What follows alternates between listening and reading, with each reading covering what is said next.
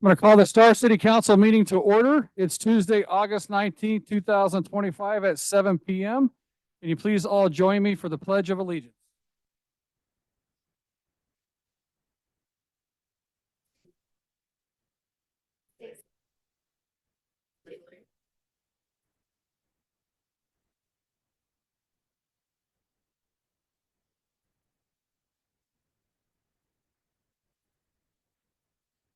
That is a beautiful sound with so many people in here from up here at the front. So that's awesome. All right, we're going to, Pastor David Axe with the Calvary Chapel Stars going to come up and give our invocation tonight. Mayor and City Council, always an honor to be with you. And citizens, if you'd bow your heads in prayer with me. Father in heaven, just amazed at the continued kindness and favor you have poured out upon our city. Lord, recognizing that a dangerous season for our firefighters and first responders is upon us, Lord, give them strength and endurance, protect them and watch over them. Lord, as our city no doubt experiences growth and progress, would it also seek to preserve what makes Star Star? And Lord, how to blend those things together, we cry out for wisdom from above, Lord. We seek and ask these things in the name of Jesus. Amen. Amen. Thank you, sir. Appreciate that. All right, roll call. Hershey. Here. Wheelock. Here. Salmonson. Here. Nielsen. Present. All right, we're all here and one present, so good. Hey, just real quick before we get going, I just want to take this opportunity. Thank you all for coming out. This is awesome when you get a lot of people to participate in the process. But we also on Thursday, we have our downtown revitalization plan meeting down at the River House from 2 p.m. to 8 p.m. You don't have to be there the whole time. Come down and be a participant in that and help us figure out what our downtown's going to look like and the boundaries of this, right? The public participation is very important for us in this process. It's not about these guys sitting up here. It's about you guys out there that help us determine what this is about. So far, we've had almost 380 survey results, which is fantastic. That's a lot of people that have actually answered the survey call. But I just want to encourage you folks to come down on Thursday at some point and participate in that process with us, all right? All right, we're going to move on to the presentations. And the reason I say that, I think she might talk about one of ours coming up too, right? During your presentation, we're going to bring up when we're going to have a public outreach, I think. Yeah, on there. We're going to have Miss Christie up here to talk about our capital improvement plan and impact fee project update. And so the floor is yours. And I think Sean has it all loaded, I think, right? Yep. Okay. For the record, Christine Stoll with Clearwater Financial. Good evening, council members and mayor. Appreciate your time this morning or this afternoon, and looks like you have a busy evening. So we'll move right along. As you know, you've hired us to work on capital improvement plans for police parks and pathways, as well as impact fees. Well, actually, you already have a pathways CIP, excuse me, but the impact fees for all three and impact fees for police and parks. So I wanted to give you an update. We've been working with your team here at the city for several months, and we're looking to wrap this up in November. We do have, we'll talk about the timeline in just a minute. So with that,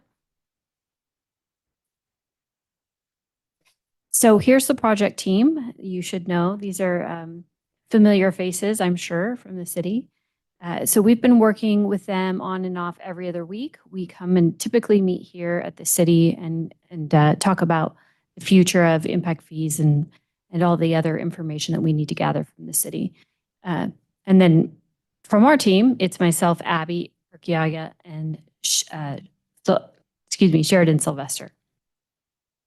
You also have an impact fee advisory committee. I'm sure you remember when you passed the ordinance to create them.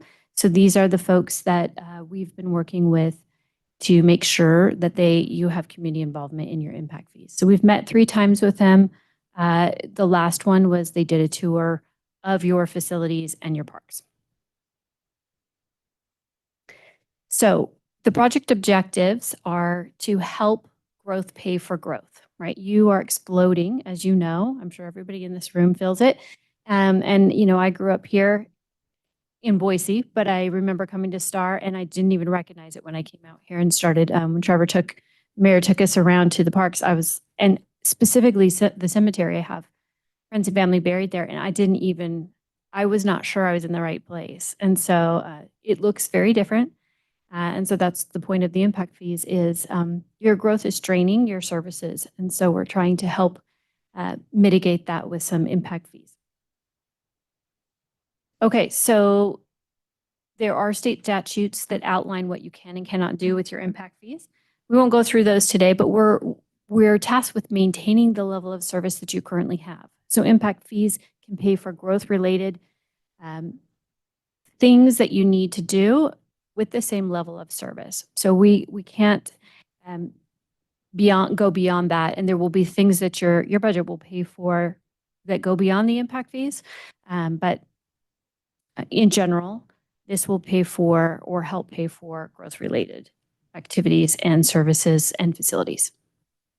So here's the different project phases. Right now, we are wrapping up the analysis and going into the build phase. So you can see in green what we have accomplished so far and where we are. So impact fee methodology is in progress right now. And then we have quite a few things to still figure out. But we are rapidly approaching wrapping the project up. So you should be seeing something shortly.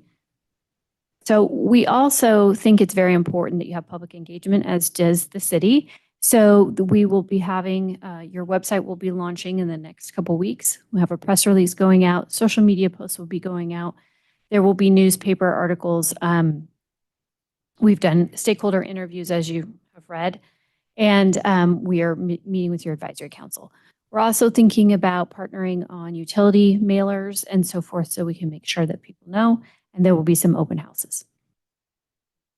So in general, this is a very high level. The study methodology is who's currently served by the city, what is the current level of service provided, what assets allow the city to provide the level of service, what's your current investment per household, what future growth is expected, and what new infrastructure is needed to serve your future growth, and what impact fees are required to pay for that. So in general, we're looking at all of those things. And you'll notice when you read through the materials that we were asking questions on growth, a demographic report, specifically forecasting what we think is going to be happening based on what has happened. And then we will be calculating from there what your levels of service will be going on in the future. So we did 10 one-hour interviews for your internal stakeholders. So several of you were interviewed, as well as the mayor and department heads. We got a lot of really great information. I hope you've had time to read that report. In that report, it indicates the pain points, if you will, or the pinch points, as well as some goals for the future, both based on your comprehensive plan, but also other things that are just coming down the way from either developments or opportunities such as new bridges and so forth. So we've identified in those interviews both of those, the needs, the concerns, and how projects are prioritized or not, that sort of thing. In addition, so here's the themes. Everybody said that they felt overcrowded, specifically in Parks and Rec. We're turning away people that we're not able to give services, the city, because there's just not enough room for kids and programming. It's a strain on parks, not enough ball fields, et cetera. We also had your advisory committee and we interviewed them as well. Here's some thoughts from them. So the current impact fees align with similar cities. We asked what they thought of that. They did indicate that other fees such as mitigation or permitting drives up the cost to build in STAR.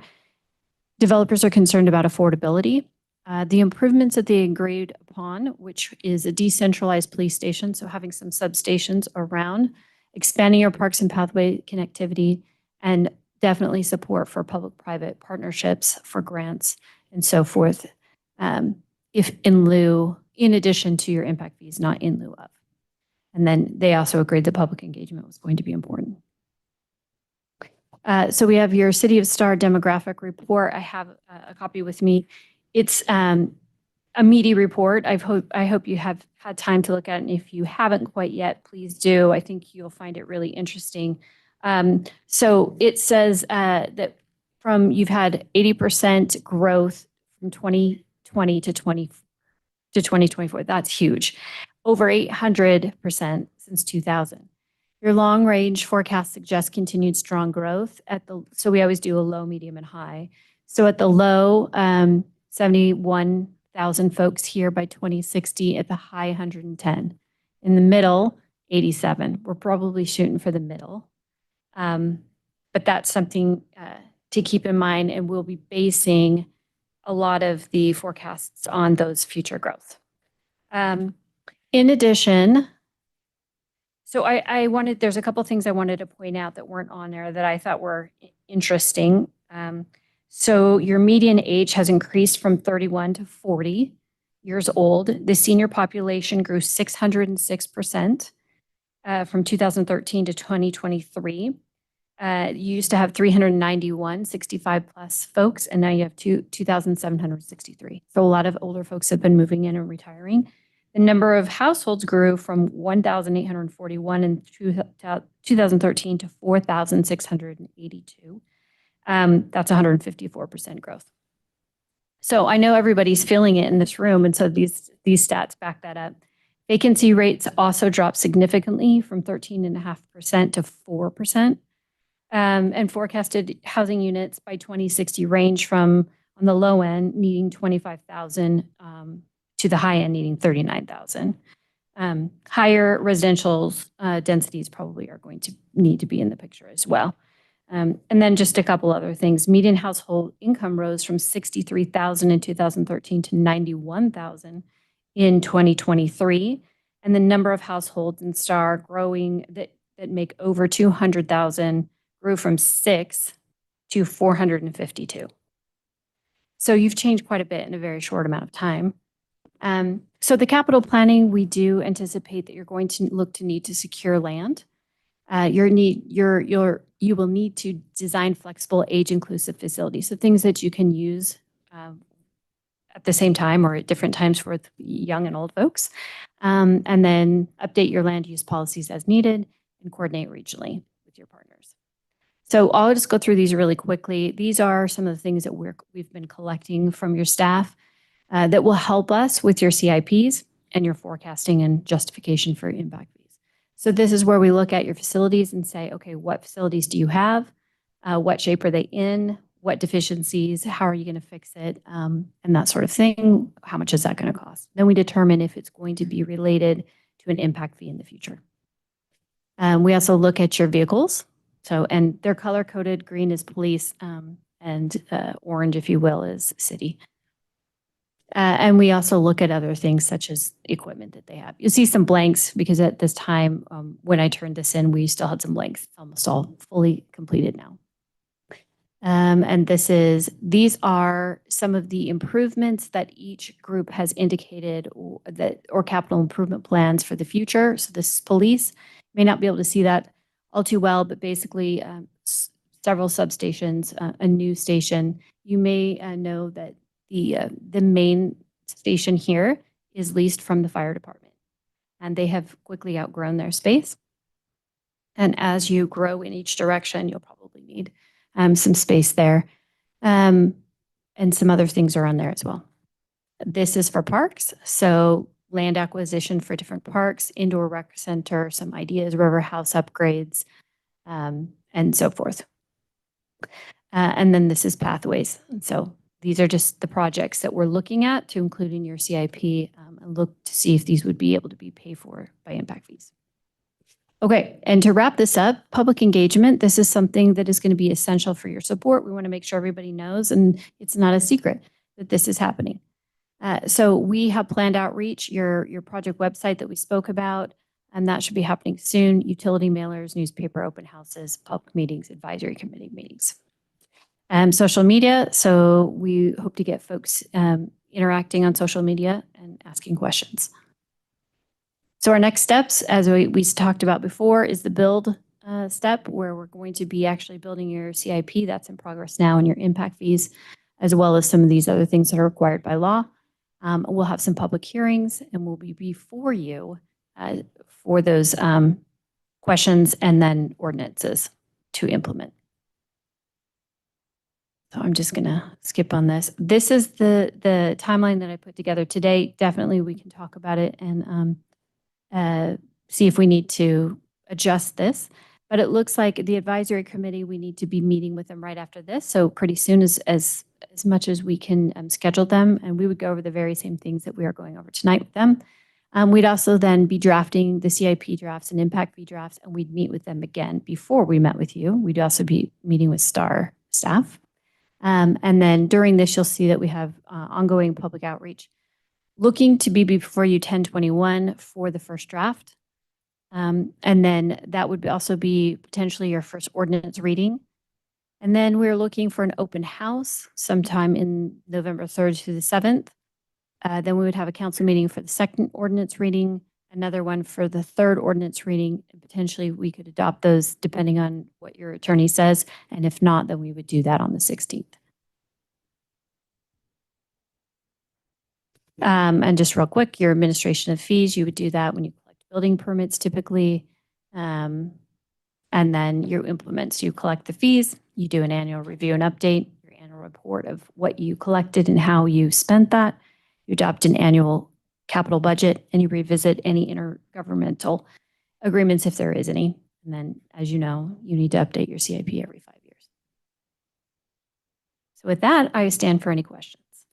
Any questions currently for Ms. Christie? Councilwoman? Yeah, thank you. So thank you for your presentation. First of all, the data report was fascinating. So I was reading through it and it's like, oh my goodness. I mean, like you said, we all feel the growth, and to see the actual numbers, it was mind blowing. But also so a question I have though, in your advisory feedback document, so you mentioned in there that they would like to see more transparency.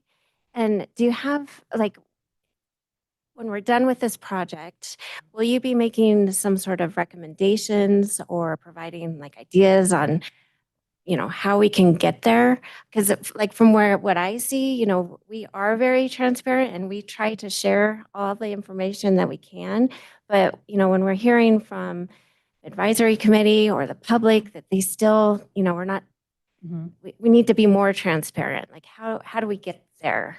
We certainly can make some recommendations. Typically, I find it's just that maybe they don't know that they can ask for it or they don't know where to find it. So it's not necessarily that you aren't being transparent. It's just that the public doesn't know how to engage in that way. So we can help you, we can make some suggestions.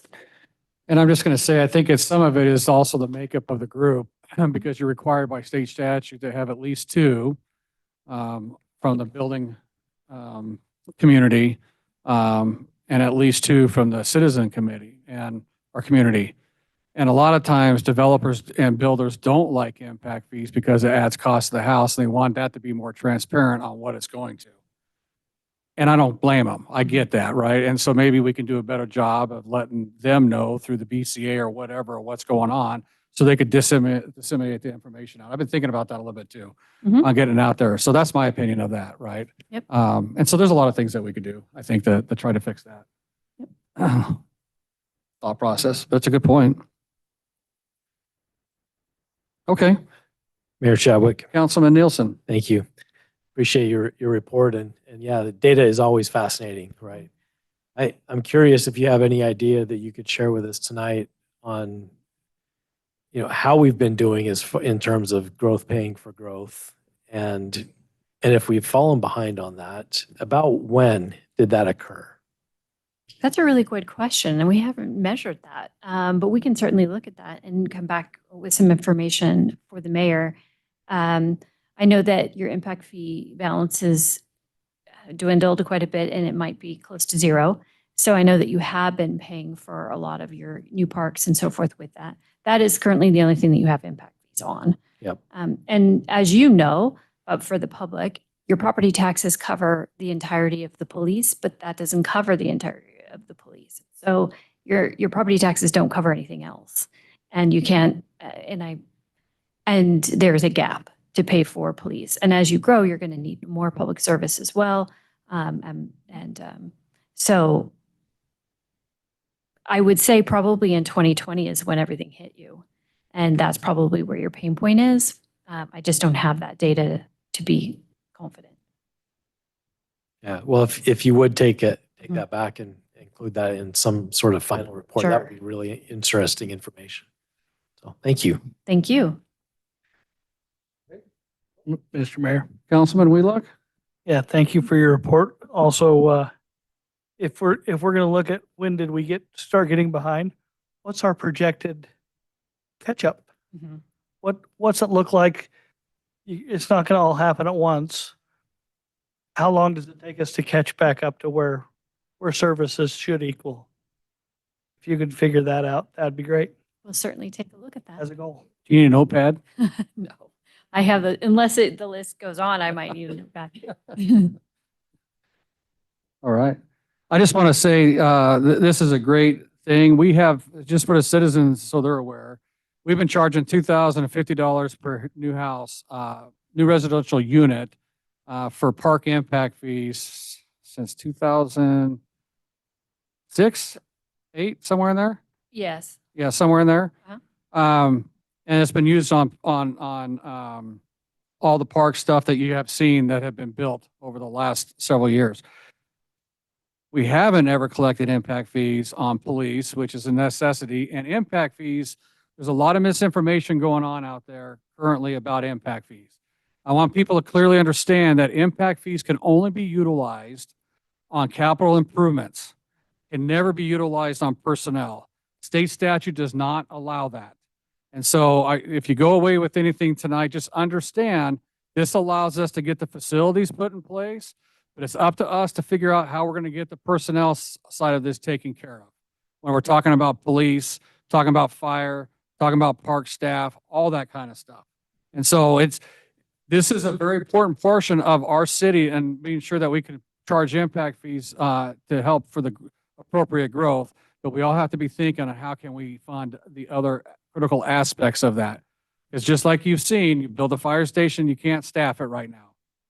We build a police station and we can't staff the personnel in the station, that becomes a challenge in itself as well. And we're working through some of those challenges with the state, but I just want to make sure everybody was clear with that. The nice thing is, Mayor, we can hire a police 1 or 2 or 3 at a time. Right, That's not the same case for the fire. for the fire. Yeah, so there's a lot of, just want to make sure, just get the information out there from wherever you came from. It's different here in Idaho than it is where you came from. I got to be very honest and clear about that because I have conversations daily about that.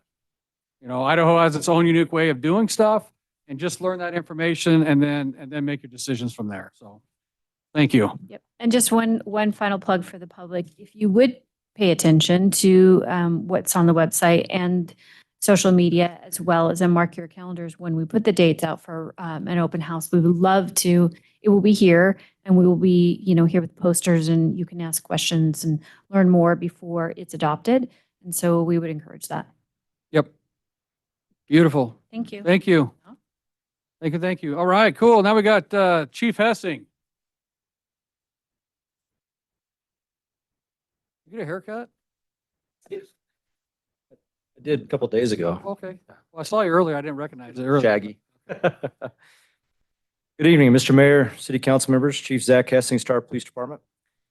Thank you for letting me present the July report tonight, and I'll make it quick. I doubt that's why people are here tonight, so I'll make it somewhat quick here. So year to date, as of end of July, we had 137 total crimes in the city of Star. For the month of July, we had 13 person crimes. And if you look in the top right corner for anybody in the audience that's new to it, that'll kind of tell you what a person crime is and property crime and society crime. We had 13 person crimes, 7 property crimes, and 7 society crimes. If you move down just a little bit in the police activity. So for the month of July, we had 498 citizen calls for service. That's when a citizen actually dials 911 or non-emergency dispatch and requests a deputy respond. And we had 2,372 proactive policing calls. We're about a little over 4.5 proactive calls to 1 what I would call a reactive call. One of the things I wanted to point out to the city council and mayors, I'm kind of watching the trend here on citizen calls for service. And if you look at the last 3 months, May, June, and July, we've gone up about 25% in our call volume for people calling for deputies. So I think some of that has to do, and I'll talk about it here in a second, with the crashes that we've had here in the city of Star, well, not in the city of Star, but right on the outskirts of the city of Star, quite a bit on Highway 16 and 44. But I am kind of watching that trend as we go into this, that we are getting a little busier with people actually calling for help. And so it's no big crimes that are occurring, but it is things that we're keeping an eye on. So if you look at the crash response, in July, there was 52 crashes that were responded to, where a year ago there was 34. In June, when I presented the June report a couple weeks ago, it was kind of the same, where it was a pretty big jump from a year ago. So again, a lot of those are just outside the city of Star limits, whether it's on Chinden and Star Road, or on Highway 44, 16, or going north on 16. So there's quite a few that we're responding to out there. And I think that is part of the call volume that we're seeing an increase of, but it is taking a little bit more of our time. The other thing that is an increase for the month of July is you see domestic violence is up. We had 10 domestic violence calls in July, where a year ago we had 2. And then traffic stops, we had 387 traffic stops for July of 25, where a year ago it was 163. So we are making quite a few more traffic stops, trying to get people to slow down and those type of things. So you move up a little bit, I'm gonna jump around. Right there, go up a little further. Right there, number of arrests, we had a total of 9 arrests. One of those is actually a DUI arrest. Move down to citations. We had a total of 100 citations for the month of July. 81 of those are infractions. 19 of them were misdemeanors. And then if you move down to all code 3 call responses. So we had only 1 in the city of Star and 16 out of the city of Star. Again, I think quite a few of those are the traffic accidents that we're responding to. We have a goal as a city of Star to be under 4 minutes. And as you can see in Star, we're at 3 minutes and 17 seconds for July, with an average for the year at 2 minutes and 51 seconds. We're quite a bit underneath that 4-minute mark, because we know that seconds matter. And outside of Star, we're actually at 2:39 for the month of July, and an average of 2:51, which is the same as in Star. So we're seeing busy. I do think we'll see more at the schools, because school's back in session. We'll probably see a lot more school checks and maybe juvenile activity there. But that's the month report. Mr. Mayor, City Council, do you have any questions or concerns? Any questions, the chief?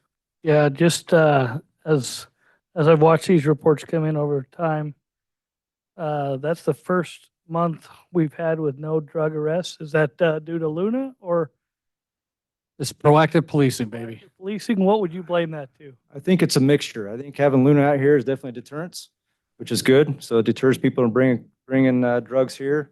But it's also both patrol and our POP team are very proactive out there. And so it's good and bad. I'm hoping we're not missing anything out there on the drugs coming and going, but I do know that we do a pretty good job on getting those off the streets. So. And I'm going to point this out too, that we are so we got a large audience, so it's time to tell everybody everything, right? This is great, right? We have a proactive policing model here in the city of Star that we've adopted, and we have several goals. Chief talked about the 4-minute or less response time. We want 1 officer to 1,000 people, and we want 17 per 1,000 or less, right?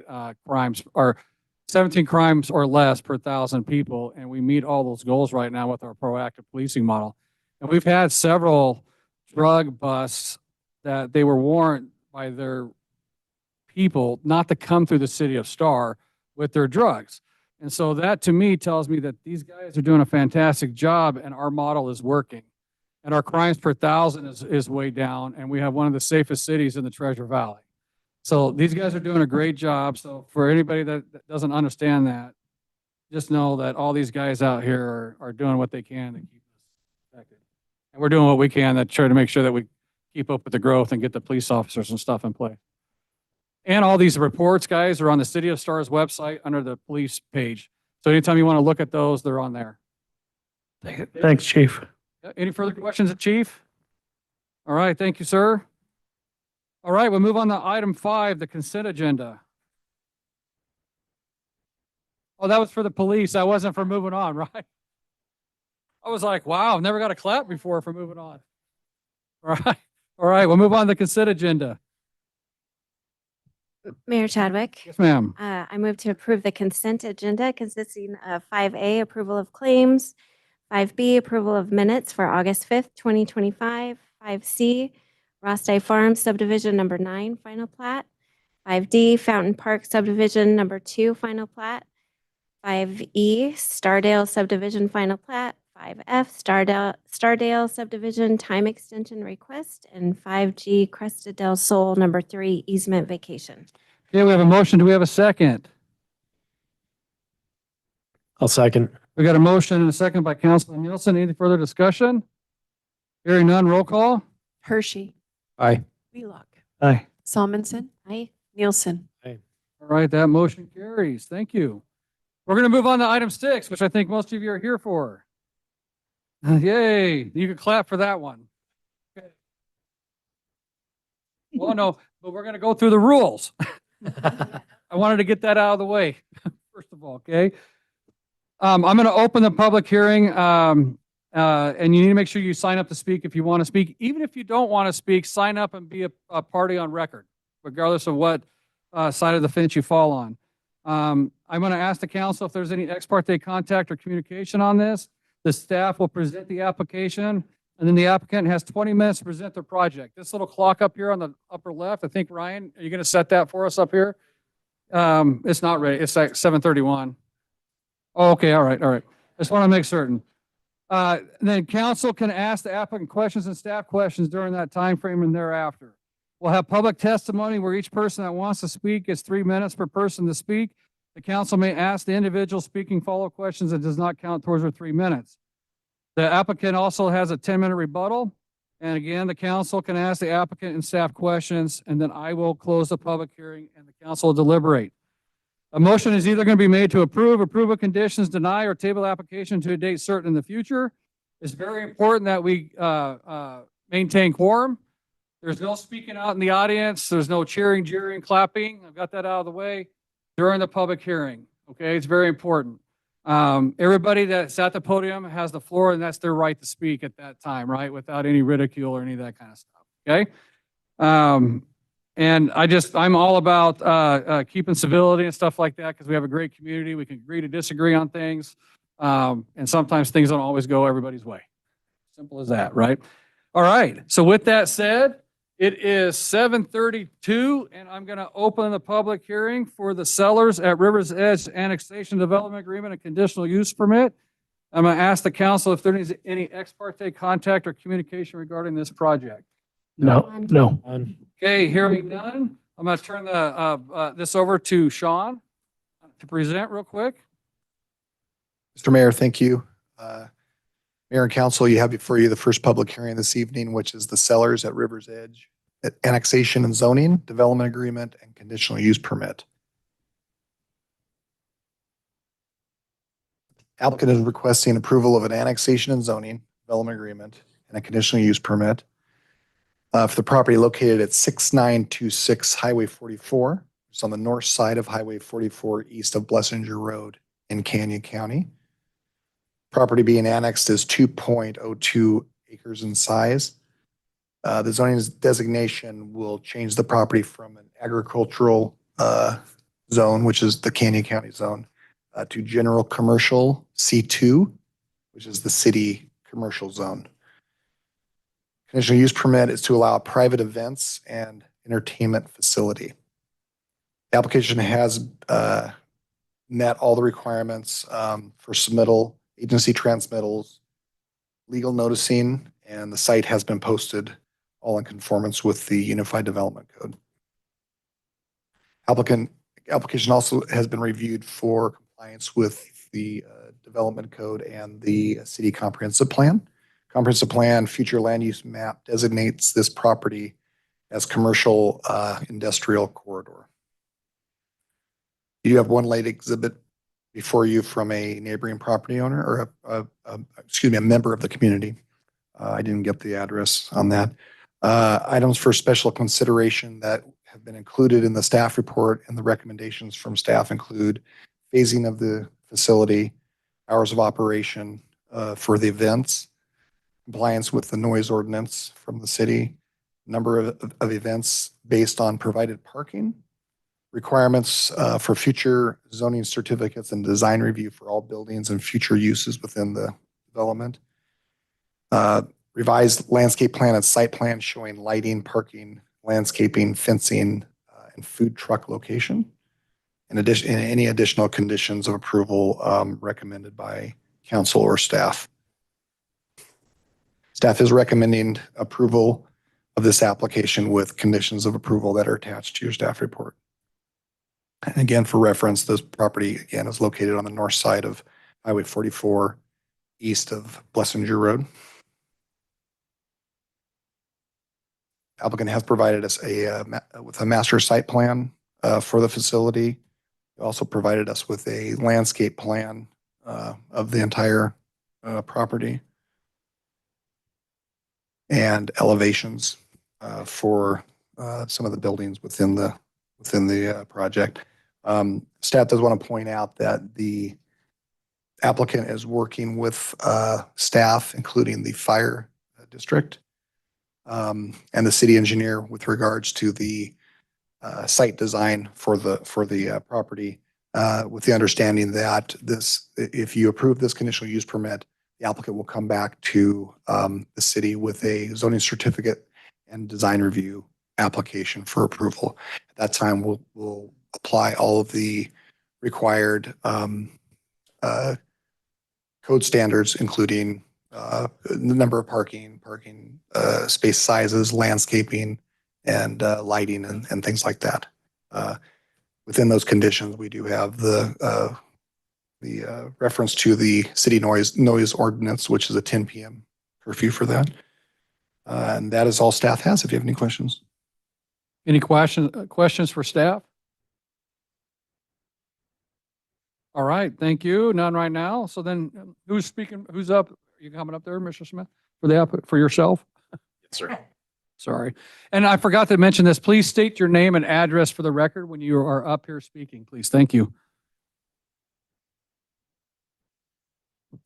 Mr. Mayor, council members, thank you for your time today.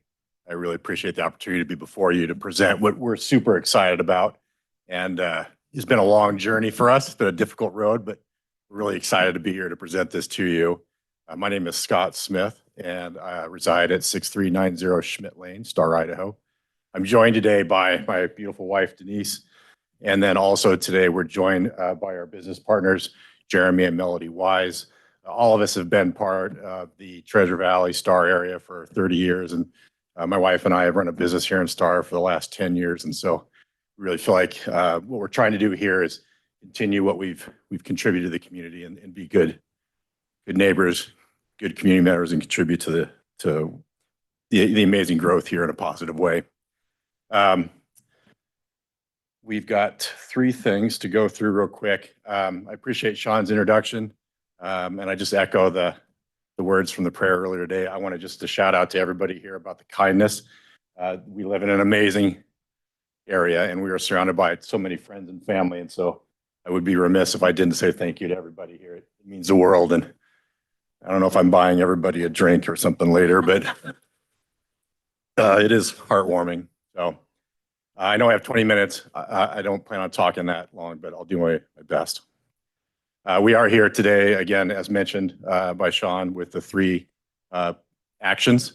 The first one is to request your approval of the annexation and subsequent rezoning of that site at 6926 on Highway 44 into the city of Star. And then I'll talk through the development agreement, but I think that's a discussion item. And then the last item is to request your approval for the conditional use permit for the event center at the same location.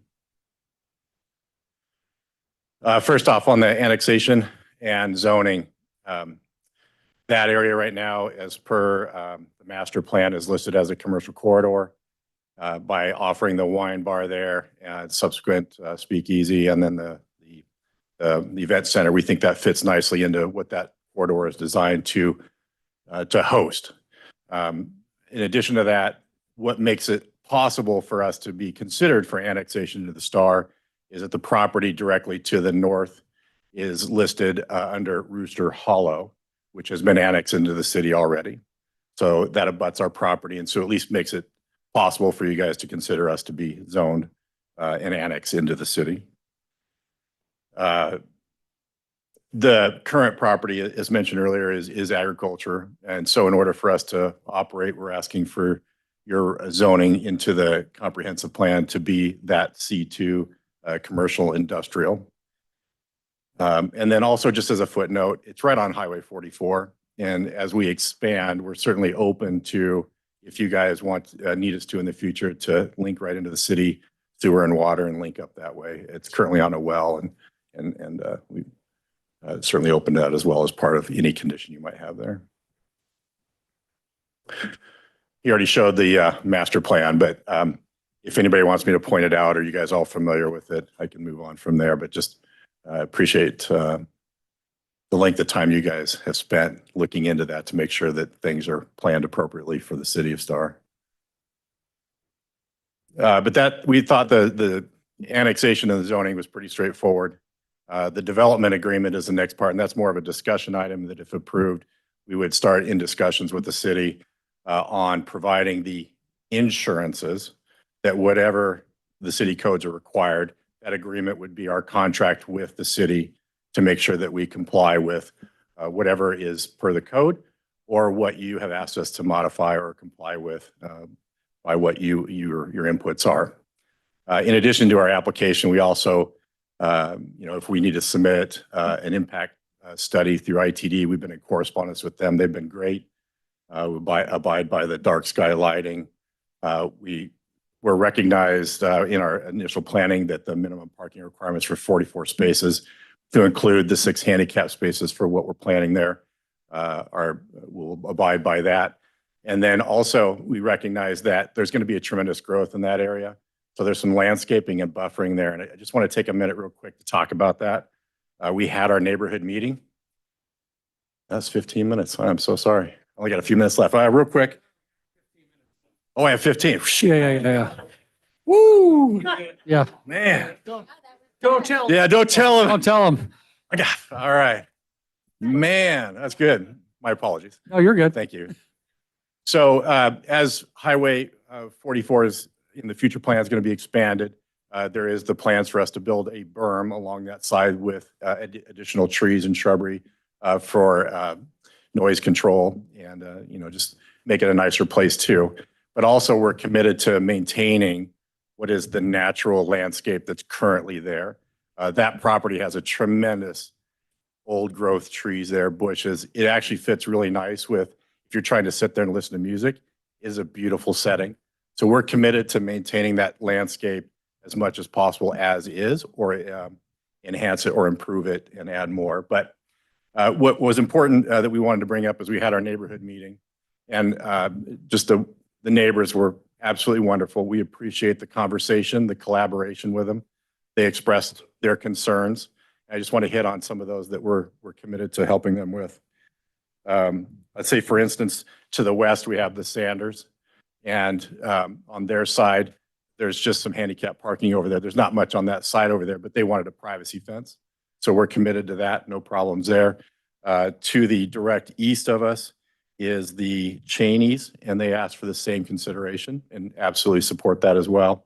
And then directly behind the Cheneys is the Jacksons, and they've got a blackberry bush back there. And their request is, could they please keep it? It's wonderful. So absolutely. And actually, we love that stuff too. So if we can expand it, we'd love to do that too. And they were welcome to that. So there was another discussion about, there's a large tree on the southeast corner over by where the Cheneys are at. And they were talking about, hey, could you remove that tree? And again, we're committed to keeping the trees there, but we'd be open to, a lab, trimming it back, adjusting it, making sure it's a little cleaner, because we don't want anything to get in their driveway or anything like that. But it was a great conversation, and certainly just want to say thank you to them for that neighborhood meeting and for their feedback. One thing to note, as we look at this, we're not doing this all at once.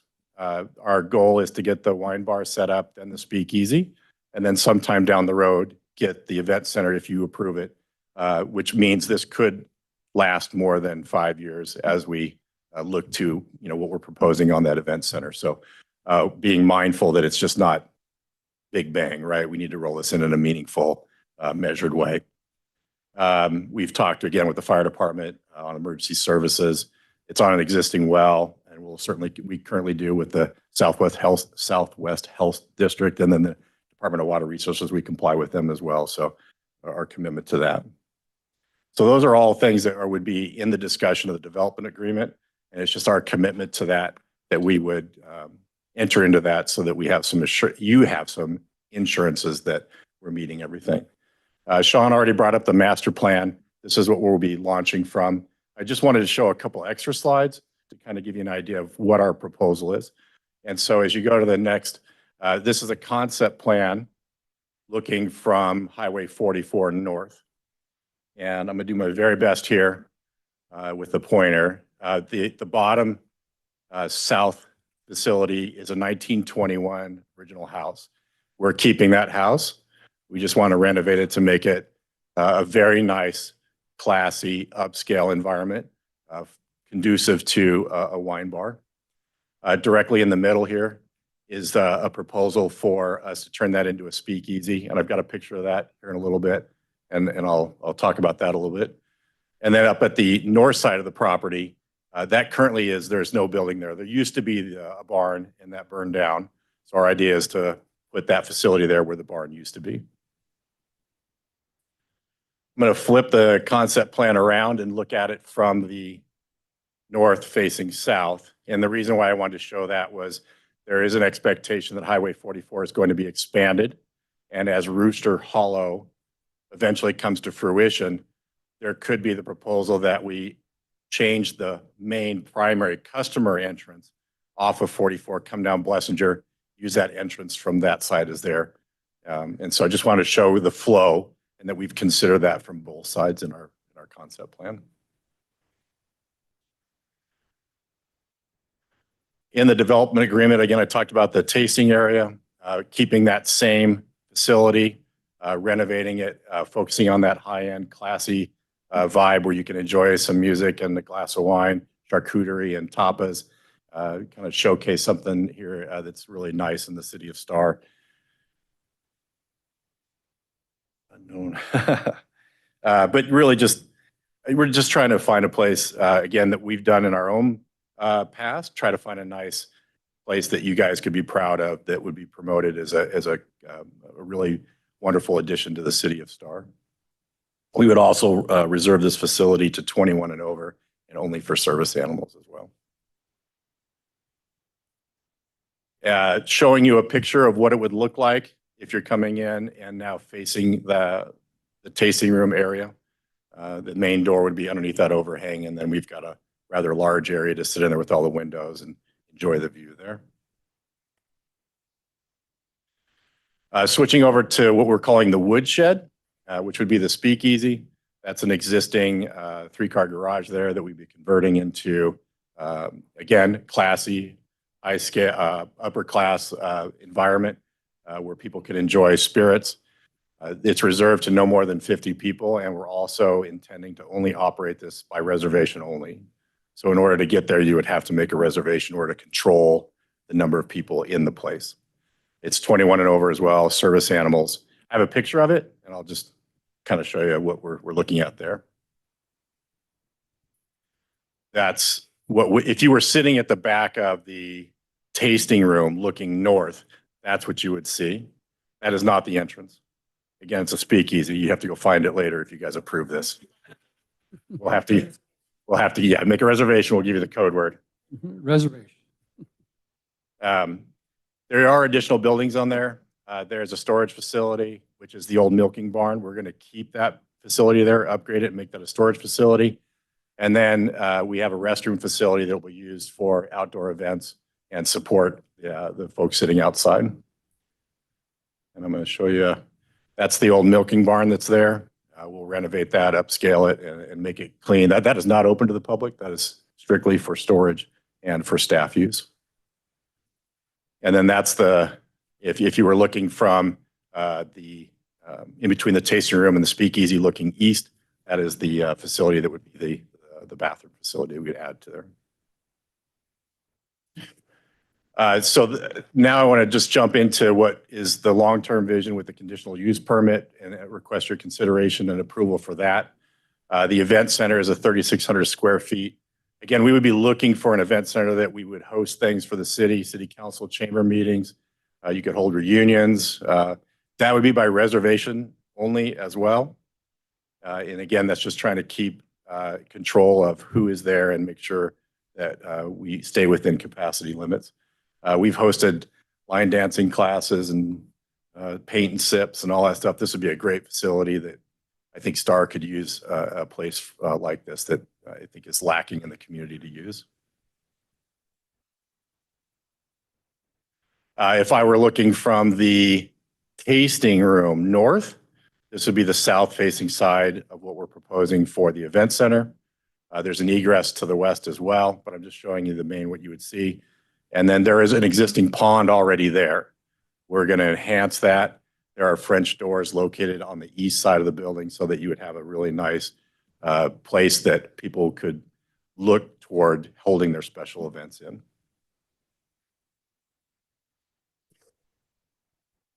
Okay, so again, trying to be brief, but be thorough, so thank you for your patience. We're here today to request your approval of the annexation and then subsequent rezoning of that property within the city of Star. We've discussed the development agreement and then also ask for your approval of the conditional use permit. I just want to end on one thing. We live in a really amazing place, and hopefully this is something that you would see that would be of value to the city of Star as well. We are super excited. This has been a long time coming for us.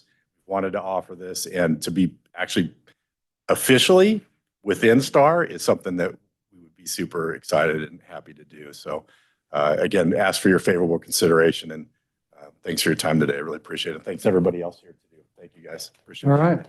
No clapping. No clapping. Oh, hey, we got any questions for the applicant from city council? Jennifer? You always grab your microphone I know. first. So. Well, yeah. Actually, I think you answered all my questions in your presentation. So thank you very much. Had a question about the trees and the traffic and, so make sure I understood correctly, with the Blessinger connection, if ITD does request you to connect in on a side road off of Blessinger, were you saying that your site would be adaptable so that you could do that, correct? Is that, did I understand you correctly? Yes. Yes, I think so. But what she's asking is on Point of that northern clarification. section. Agreed.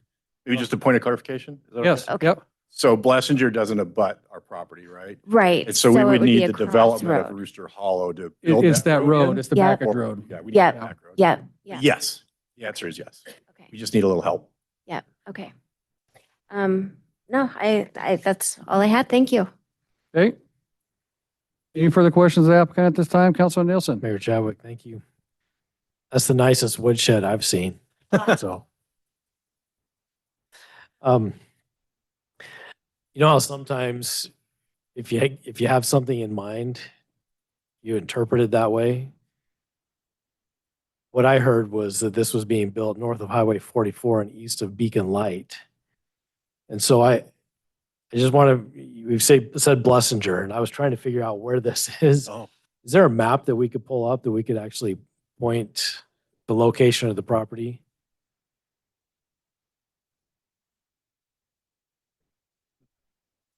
Yes. I'm just going to go back to the comprehensive plan. And from Highway 44 running through town, this is going east, I'm sorry, west towards Middleton. And so this is Canada Road. Yep. There's Blessinger, and then that is Kingsbury. Kingsbury. So as you're driving, you'll pass Canada. There's Strickland Stone right there. And you go just a little bit farther, and there's a White House. Right across the street is the fireworks, the kitty, Right. Ninja Kitty place. So it's right there. Ninja kitties and woodsheds complement each other. So Yeah. Excellent. All right. Thank you. And I apologize for that confusion. So. Okay. Any other questions of the applicant at this time? Okay, hearing none. Thank you, sir. You'll get a chance to come back up here in a minute too, so. All right, we'll move on to the public testimony. I will say that there's 29 people that signed up in favor and 2 that want to speak. So we are going to start with Scott Smith. Oh, that was you. Well, that takes care of that one. Good job. Did you want to speak to it at all again? I'm sorry. Then we got Matt Rasper. Just in case he wants to go into overtime. Yeah, you want to go into overtime? Sure. All right. Ready? State name and address, sir, for the record. Matt Rasper, 586 North Evelyn Way, Star, Idaho, 83669. All right. I'm writing this letter in support of Scott and Denise Smith's application presently before you as a private citizen and as the Vice President of the Southwest Idaho Business Alliance. Southwest Idaho, the Treasure Valley, and Star have a rich and superb history of grape wine cultivation that allows producers and farmers to showcase far more than just the fruits of their labors. They have the opportunity to bring people together. The applicants before you today have demonstrated for the last several years the importance of community by helping expand the Star community into a warm and welcoming place. They attend almost every local event. They donate their time, treasure to organizations that build others up. Approachable, respectful, and transparent are a few words that come to mind when thinking about Sol Invictus Winery and its owners. To say that Denise and Scott have become pillars of the Star community is an understatement. The application before you seeks to bring people together and use the appropriate avenues to build on the culture Sol Invictus has become loved for. Approving this application would not only give members of the Star community an additional place to host small events, but it would continue to foster the development of positive relationships, community partnerships, and togetherness. The Southwest Idaho Business Alliance and I personally urge you all to approve this application. Thank you so much for your time and consideration. Thank you, Matt. Any questions for Matt before he sits down? Okay, thank you. Thanks. All right, we'll move on to the neutral sheet there. We have 2 signed up as neutral, and Miss Laura, you signed up to speak. Do you want to speak? Where are you at? There's so many people in here, I lose everybody. Lori Balad, 8582 West Stillmore Street in Star. I want to say thank you to the applicants. I love how they have taken the time to keep the buildings intact, keep the charm of Star, keep the trees, and also the pond. So what I think that they are doing is taking what we want in the city and then taking it to the next level and making something that our city can be proud of and something to build on. So I want to say thank you to them. As a new resident of Star, I think this is fabulous, and I think a lot of people will be excited about it. The one thing I would like to make sure is that the privacy for the people that are in there, I noticed that it just said several feet. And so I would like to make sure that inside the recommendations that it's more specific. That way the people have recourse if for some reason it's not to their liking that they are ensured privacy. And that was it. I think it's a wonderful idea. I just want to make sure that the people that are joining it are ensured their privacy. Okay. Any questions for Miss Lori? Thank you. Okay. You're good. All right, that's all that signed up to speak. And just so everybody's, well, I can't remember if I said this or not, but everybody that signed up will be on the record, whether you're in favor or neutral of the project. No one signed up against on there, so you're aware. Scott, it's your turn again, sir. Mr. Smith, you have 10 minutes to rebut anything anybody said.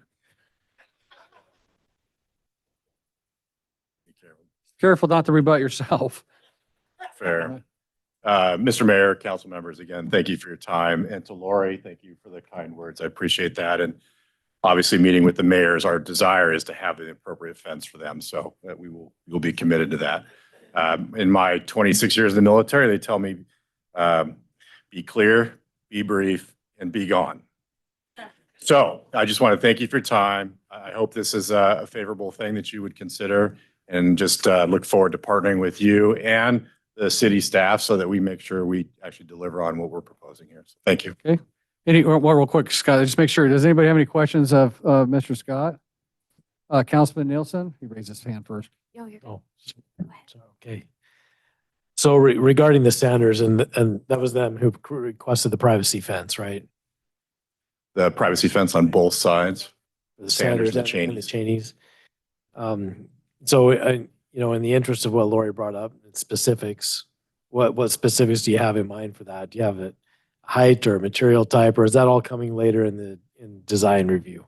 Correct, Councilman. That'll come later in the design review. I'm sure there's a minimum height that we'll have to meet in order to do that. So they did not express it. They just wanted fencing there. So I'm sure we'll Got it. require that. Yeah. I don't know that we have a minimum height in our design guidelines. We do. I think we do. John, right? Mr. Mayor, yeah, we have a 6-foot height 6-foot height. fence requirement or Yeah. allowance. That's just a standard fence though, right? Yes. Okay.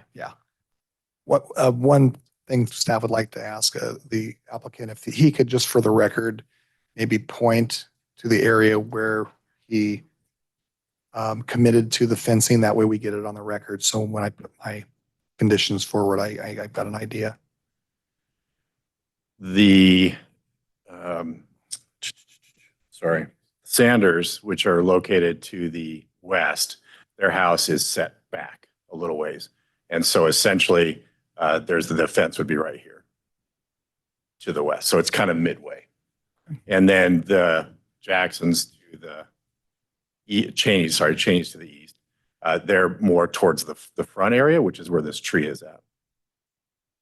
And the Jacksons, which is their blackberry bushes right here, which is kind of mid to north of the property, right? As far as the other side is mid to front.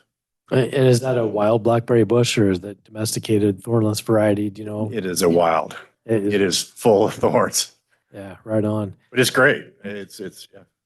Yeah, I picked about a gallon before the meeting tonight from one near my house, and they're amazing, but they're prolific as well. So do you plan on just maintaining it on your side, letting it grow however on theirs, or what? What sort of arrangement are they looking for? And do you feel like it's something that we need to codify? I sure hope that it's not Okay, codified. then don't worry about my question. Yes, sir. I'll withdraw the question. Okay. Councilwoman? Yes, thank you. So regarding your hours of operation, there's a number of people here tonight. So I'm guessing that when you had that neighborhood meeting, the hours that you're proposing here are the same as what was presented in the neighborhood meeting. Is that correct? So nothing has changed? Nothing's changed. Okay. And then regarding like parking and events.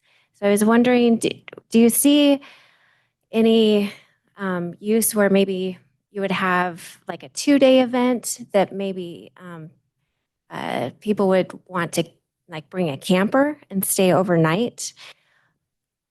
If I may, Councilwoman, Yep. in the other, and I would just need some help on code. But I do believe I. if you want campers to be on the property, there's a different set of rules that you would have to get approval for the conditional use permit. And we're not proposing that. Okay, So no, we would not be offering overnight camping. okay, okay. Perfect. And then in the development agreement tonight, Sean, what do we need to, like, you have a list here. Food trucks. Did you have a request for food trucks in the staff report application? Councilwoman, Yep. correct, yes. Okay. So when we make our motion, can we say, as presented here with If you want to for defer to the me, development? if you want to agreement? defer to me at that time, or I can tell you now, or when you guys are done. I deliberate. can't hear you. If you guys want to tell me now or defer to me when you make your motion, I can let you know what conditions we'll Okay. include. So however you want to handle it. I would prefer to defer to you. So Okay. when, just let me know when you guys. Just because there's a whoever's number of items in ready there to and make I their don't wanna motion, I can let you know accidentally what the conditions. miss something, Yep. so. Okay. Mr. Mayor, Yes, sir. I just had a question. That back event center, it doesn't look like you're building that in the near future, but maybe in the next 5 years. Would you be open to finishing that fence on the west side when that building comes to be, Absolutely. so that the privacy continues on. Absolutely. That would, Yes, sir. to me, that would make sense. If you don't want to build the fence all the way in the first phase, so be it, that's fine.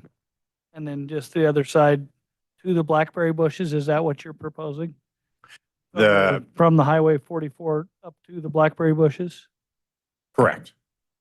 To cover on the on east the side? east side. Yeah. And stop right there at the blackberry bushes. But on the west side, where the event center is primarily closely located to that, is to run that fence line. Is that what you're proposing, is on the west Yeah. side? Correct. Correct, yeah. When you, I guess if I were to look at your parking design, I like it all. There's nothing I have issues with. But the parking spots that are northeast, that are shining, so as people would be pulling in, Those are the handicap spots, correct? Yes. no, Oh, no, wait. northeast. It would be on the Fair, future Fair, connecting road yes. with no blackberry bushes. Those headlights would be shining into their yard or back of their house, whatever that is. Is that correct or no? Are you too far down? Sorry. So there is a fence there, There's a fence there. right? Existing one. So Great. if, That's all I had. so we I would just just need know to that make that would sure. be much less invasive if there was some kind of a headlight barrier. Right. Anyway, thank you. So then, Okay, any further questions of the applicant? All right, okay. Mr. Mayor, Michelle? before you close the public hearing, just for clarification, this application, the conditional use permit is only for the event center and the facility. The wine bar and the bar is all principally permitted within the C2 zone. So just want to clarify that. That'll be handled during the zoning certificate and design review phase. Yep. So on the CUP, we're approving the event center. They don't have to bring it back. You just have to bring it into you for, And then zoning the certificate design review and committee design will review. look at it. Yes. Okay, all right, very good. Make sure with clarification. But that would be covering the fence that would be on the west side of the property, correct? Correct, and that'll be one of the conditions that he's putting down on there that they agreed upon. Yeah. Yep. All right, any further questions of the applicant? Okay, thank you. thank you, Mr. Mayor. Appreciate Thank you, it. council members. Appreciate it. All right, it is 8:07. I'm going to close the public hearing and we'll go to council deliberations. And don't be Scott. Quick, brief, and out of here. Well, Mr. Mayor, Okay? I thank you. I thought that was a very good presentation. I just have a technical issue. A speakeasy is an illegal operation. If we approve it, it makes it a legal operation. I mean, Volstead Act and all that good stuff. Anyway, but in all, at least it has a secret entrance. But in all reality, I think this is a great idea, and I think it'd be a great addition to STAR. I believe all the small things that have been discussed that still are being tweaked will be perfectly settled inside the administrative phase of the design review. So therefore, I am very much supportive of this. And anyone else with anything, let me know. If you want to shake your head, I'll just make a motion. I'll make a motion. Now I got to learn how to read. Mr. Mayor and Sean, this would be a good time to make sure I capture everything. Okay, let me state the conditions. State the conditions, And then you can please. just confer with us. So the staff would like to include the suggested conditions of approval that the applicant brought up. That would be part of the development agreement. That included future connection to Star Sewer and Water when available through adjacent development. Privacy fencing along portions of the east and west as stated on the public record. And that will be part of the design review, future design review. Doesn't sound like you wanted to have the blueberry or blackberry bush part of this. That's what I heard from Councilmember Nielsen. So I'm not going to include that. Trim the tree on the southeast corner was a commitment by the applicant. And then in addition, the conditions of approval that staff is recommending, and that will come as part of the zoning certificate. Perfect. Thank you, sir. Mhm. So, Mr. Mayor, with all those conditions stated, and I cannot think of any others that would be, I make a motion that we approve the Sellers at Ridge Edge Annexation Development Agreement and the conditional use permit. Okay, we have a motion. Do we have a second? Second. We have a motion, a second by Councilman Wheelock. Any further discussion? Hearing none, roll call. Hershey. Aye. Wheelock. Aye. Simonson. Aye. Nielsen. Aye. All right, that motion carries. Welcome to Star.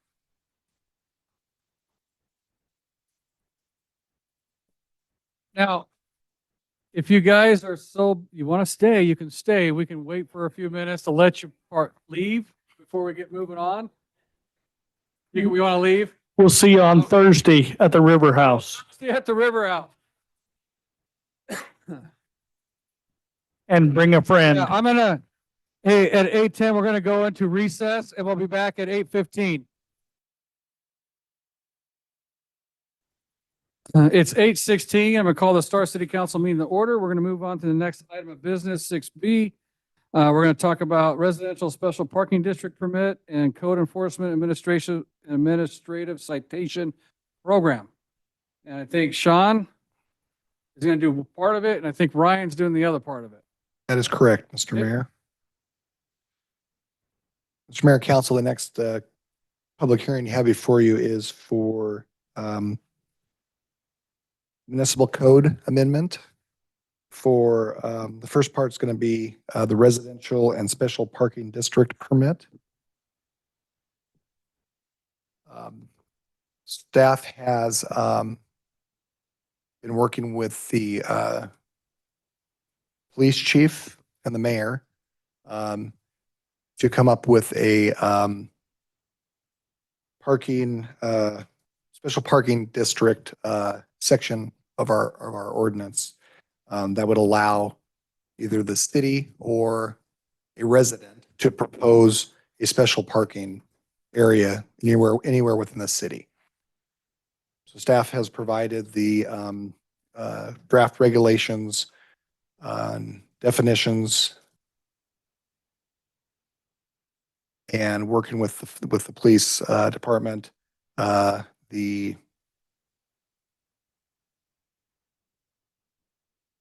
here, see if I find it.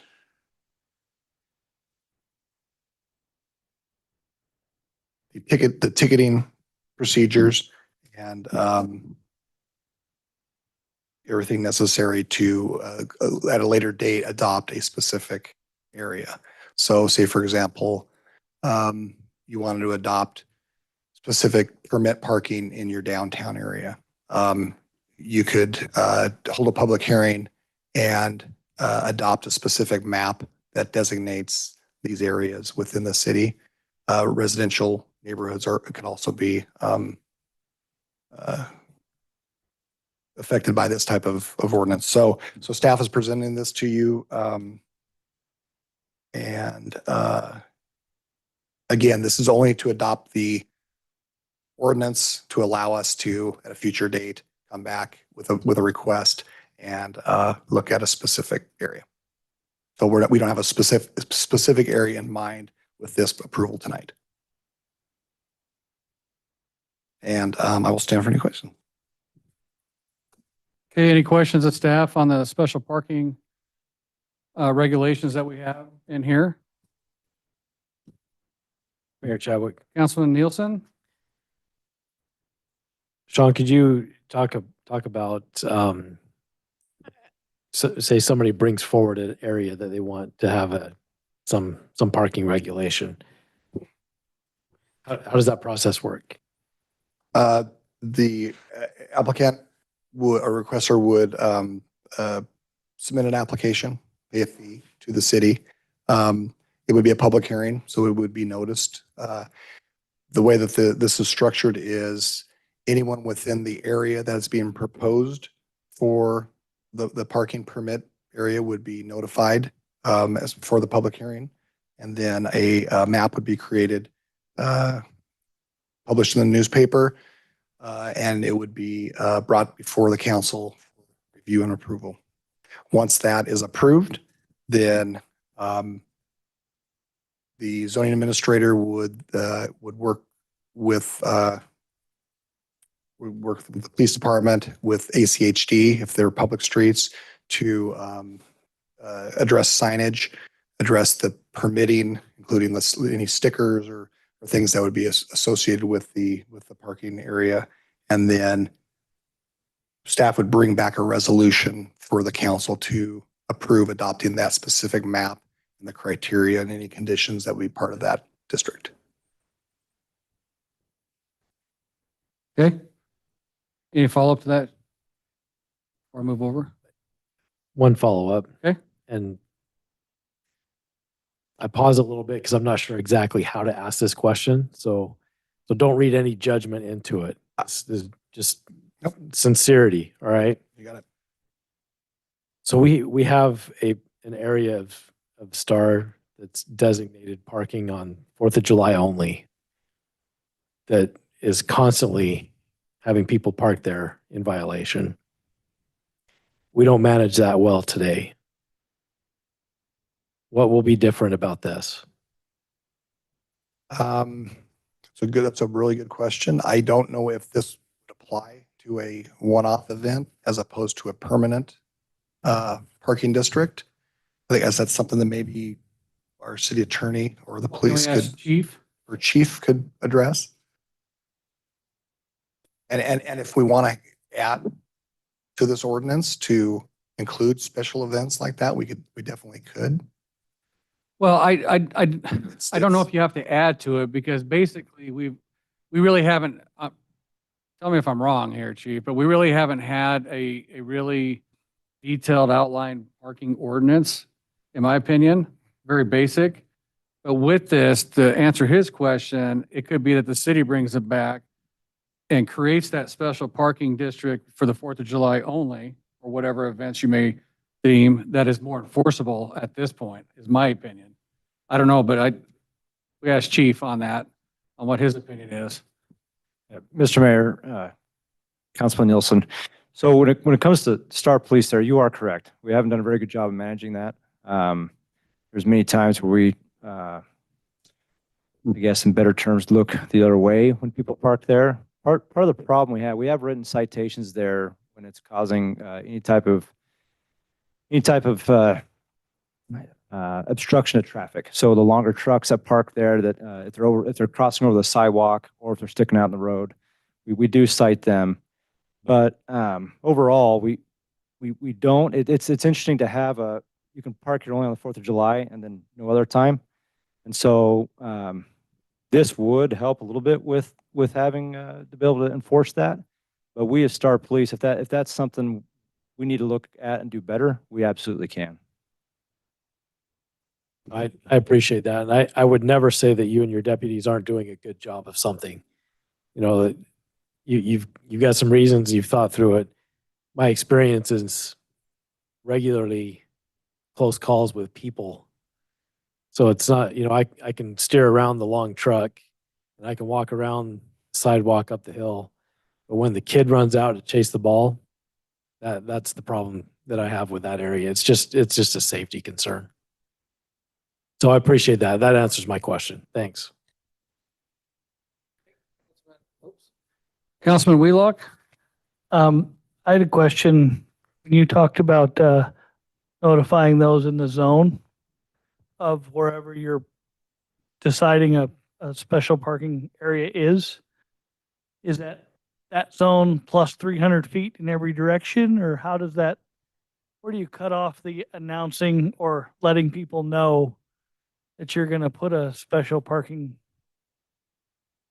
permit in place? Mayor and council member, the way it's written now, it's just the people that would be immediately affected. So if it's in front of your house, you would be notified. We'd also notify the homeowners association. But that's what it's written currently in the ordinance. Is there a Proposed way ordinance. to notify wider than that so that we don't get so nobody can come and say, well, you didn't tell me and I'm 4 feet this side of the special parking Absolutely. Yeah. So that, Yep. so that we're never, we're more open book than that, Mhm. I guess. Absolutely. It would just something, maybe something we would add to this draft. Need to let staff know Yeah. what your desires are and we can, yeah. Just so that we're clear in our communication with the citizens so that they know why we're doing what we're doing. Okay. 300 feet would match our current public noticing that's in our unified development code. So that would be probably a good start, I think. All right, Mayor Chadwick. Councilwoman? So I think, so the reason that we have this before us here tonight, that we're thinking about putting in this code is because of the impact of in Heron River, of the people using Freedom Park and parking in the neighborhood and impacting the residents in the neighborhood. Is that correct? Is that a correct statement? Like Say this that is again. where this is where this code is coming from, is the residents in Heron River, they are being negatively impacted by people that are not residents parking in front of their houses because to access Freedom Park in the summer. That is accessing the park through private property, also going through their properties, right? And so they're parking, but no, just hear me out here. They're parking in front of their house and going through their private property back into the park that's private as well. They're ponds, right? But- It's also accessing the park through those streets, down the street. There's several ways that you can look at that. And this is not going to be strictly for them because we have several areas that this can apply to. Okay, well, this doesn't apply to the, going on people's private Private property. property is a 'Cause that- I separate mean, That's issue. nowhere in here. No, right. but my understanding was your question was accessing the park by. Well, parking in front of their yeah, house. to go They're use the parking in park. front of their house, going through their private property to get to the park, Okay, not going around like they should be doing. I'm just trying to answer your Okay. question. well, all right, well, they're parking in front of people's houses and the residents they're frustrated and I don't blame them. I mean, that would be very frustrating. My concern is though that, this is a lot of code that we're looking at adding. And, so what happens if the residents say they have a birthday party and they have two parking, visitor parking permits? Where do those people park? So they're going to have to get additional permits on Okay, that. so I understand the process. So then they go into the city clerk and request additional visitor parking passes. Or we can work through it through their HOA where the HOA is responsible for Oh, administrating for it. that. There's Okay. different ways of administrating that whole deal. And if I could, Mayor, Yep. is that the purpose for the statement there that Star Police or people designated by City Hall would be able to write the tickets every 2 hours? So Yes. we would delegate that authority to an HOA? No. We would not delegate it to the HOA to write the ticket. It would have to be Star Police or code enforcement that'd have to do that. So our new code enforcement could take care of that. He is Star Police. He is Star Police, but there could be a time where the code enforcement is strictly inside the city of Star, too. You never know. Okay. Yeah. But it's not the intent to give anybody else the authority to write it. It's going to be all through our law enforcement side Got it. on there. Okay? And with ACHD, this is a requirement of ACHD to put something together to even have the discussion about parking areas throughout the city, which other cities have. And this is similar to what other cities have that ACHD has already approved in order for them to put up the signs. And they would put up the signs and all that kind of stuff. So we can't just simply put up a sign, write some tickets. We can't put up a sign that says resident parking only. No. We don't own the roads. ACHD does, and this is a requirement for them to have an ordinance in place for us to put, create residential parking zones to do that. Now, if it's a private road, that's a different matter. That's on the HOA at that point. That has nothing to do with the city. Well, and the council could make I'm specific. sorry? The council could make specific requirements on a private road. Yeah. The fire district does that for fire lanes. But on a public road, ACHD is completely the authority on that. And I believe that they've told us that for them to even consider these type of permitting, we have to have something in the ordinance to start at. But they will be notified and they'll give comments to the council at the public hearing when we look at a specific district that's being proposed. And look outside of Heron River. This is residential parking districts and special parking districts, right? And we have issues with people even in schools, down even on Floating Feather, parking along Floating Feather and whatnot. Even where we have our new parking lot, right? And so, huh? Blake Drive. Blake Drive. So this is areas where we can set up these deals. And this is not saying that we're just going to go do them. It's going to have to come back in front of the council, I believe, right? For approval on any of these districts that you set up in these other areas. And So typically, everything's worked out on the details on that. and council, typically you see these next to public places, next to schools. Boise High has a lot of residential parking requirements. My kids have gotten many tickets there. I think I still have tickets Um, from back in 1980. Boise, Boise State, I think Simplot Park. You might has want to some check of that, those. chief. So then do you post a sign that says this is a special residential parking district? So then, okay, so that's how And then public would know. and then the public would get a placard, whatever they looks like, that's designated to that district that lives there. Not the public, but the residents that live there that can park out in front. So they couldn't take a parking one off of Floating Feather and go park in Heron River, let's say, for instance, along that residential area. They're designated for those special districts.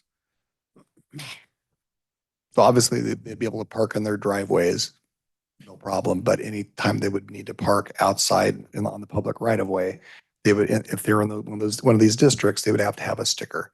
And included in this ordinance is the stipulation for allowing for visitor permits. So they can hand out I think they can get 2 per household, and then they can request more so that if they have kids that are going to be parking their cars outside, that they don't get ticketed. And so this would be renewed yearly? Is that, I We think what you had in there? We have it in there that it would be determined by the council at the time of Oh, the action. We originally had a year renewal, but we felt that was a little too short. And so we've made it just contingent upon approval for the council, depending on the circumstance. Yep. Okay. Probably be more of a 3 to 5 year permitting allowance. so could a resident in a neighborhood come in and ask for the special district for their entire neighborhood? They could. I mean, but They- it they- still has to go through the process. Yeah. Yeah. Potentially they could, but that's going to be up to us to determine if it warrants it for the entire neighborhood or just a small section of the neighborhood, if it warrants it at all. Right.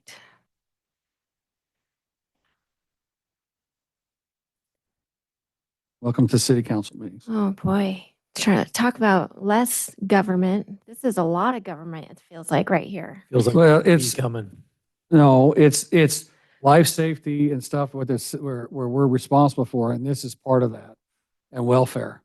This is part of that, unfortunately. And we live in a society, we're growing. You're too. going to have to make the case for health, safety, and welfare.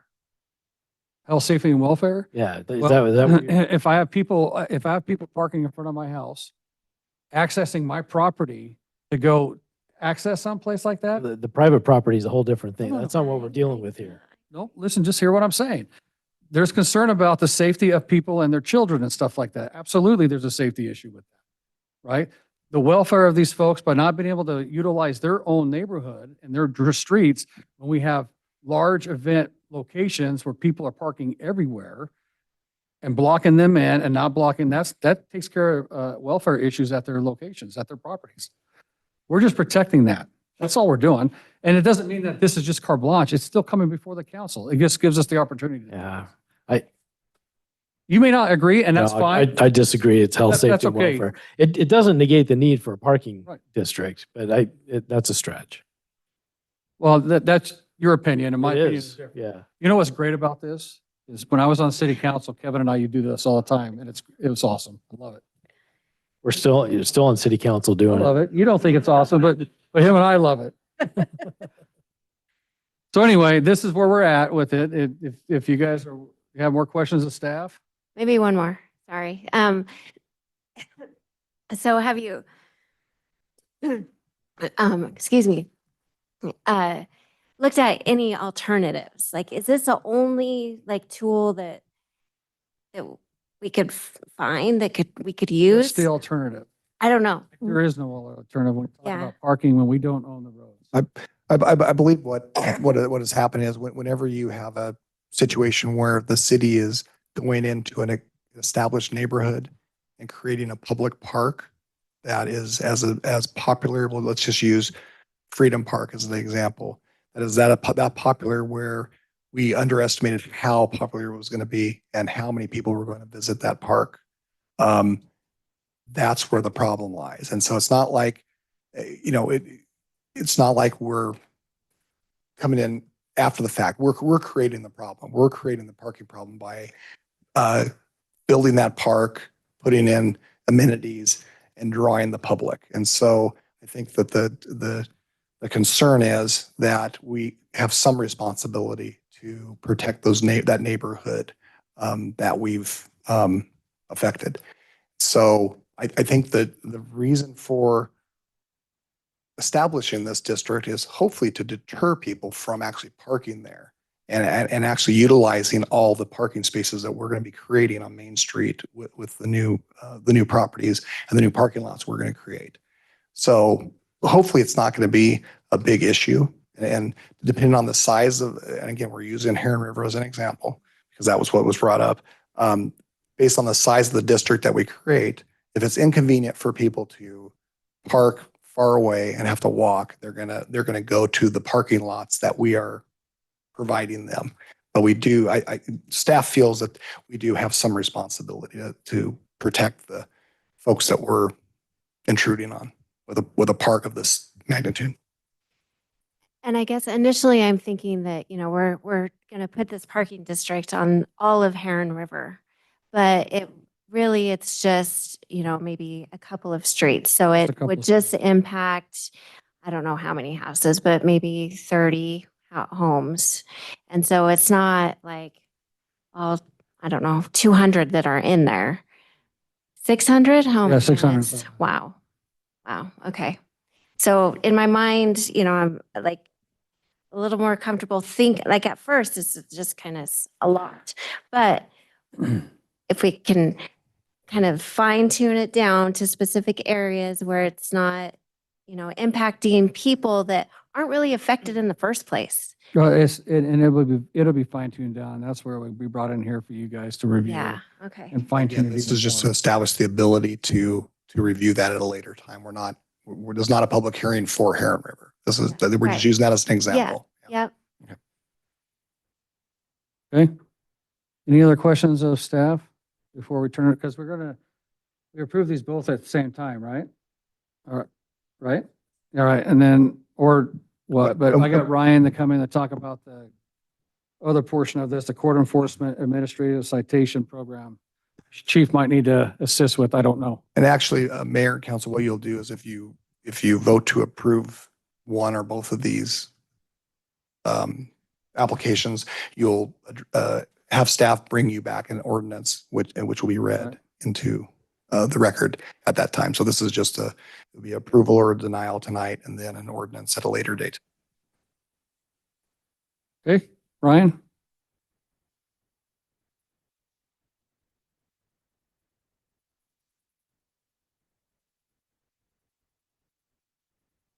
All right, Brian Field, business address 10769 West State Street here in Star, and I am going to start it, Mr. Nielsen. Or Mr. Wheelock, I'm sorry, Mr. Nielsen. Hey, so a couple months ago, we came before you and we updated the fees for the fee schedule for the city. Within that, we updated some of the code enforcement fees that we had. Well, that's great unless you have a way to collect those. And now we're coming to you with an opportunity that will allow us to collect those fees. As you remember, code enforcement, we've often not had the enforcement piece available to us, to the teeth, if you will, that has really allowed us to enforce this. We have had the opportunity now to hire Cameron, our code enforcement officer, full-time through the Ada County Sheriff's Office. Now through this, what we'd like to do is give him the ability to issue citations. And then for the city to be able to collect the fines and the fees for those citations, to also allow the public the opportunity to appeal those citations and fees, and then also what should happen if a fee is not paid in a timely manner. What we have done is we have looked at what happens in some of the other cities that Ada County Sheriff's Office works in, and we did what the mayor likes to call a little R&D, which he calls rip off and duplicate. And so what we did is we worked closely with the city of Kuna. And so what you have before you is a lot of the verbiage and the wording from the city of Kuna. We've modified it a little bit by working together as a team, and we've had Chris involved in this. And so basically what you have is the opportunity for us to create a citation process, a fee process, the ability to collect those, the ability for those to be appealed, and what happens if they are failed to be paid in a timely manner. And so that is basically what we are doing when we talk about the administrative citation program and process. That's high level. I'm happy to answer any more detailed questions or address any other sections if you'd like me to.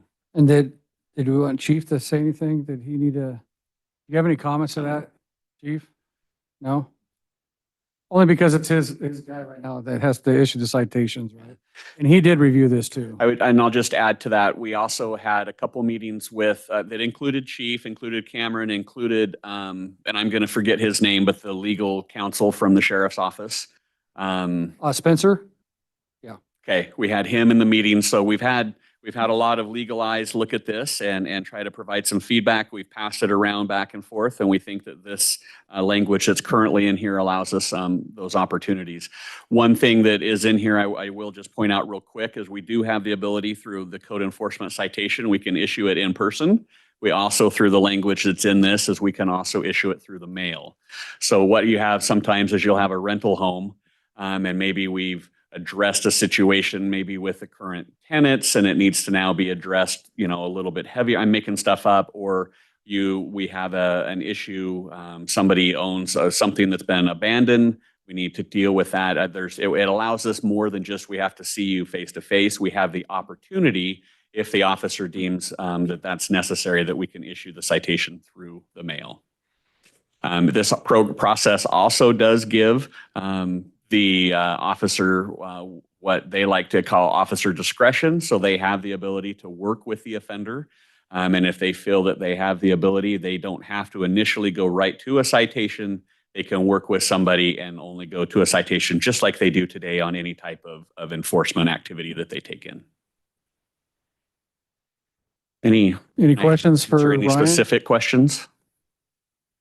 Mayor Chadwick. Councilwoman? So under 14A3B, you have the city may dismiss an administrative citation at any time if it's determined to have been issued in error. And so I guess do you have some sort of process for that? And is it anybody in the city that can say, oh, never mind, I did that in error? That's a good question.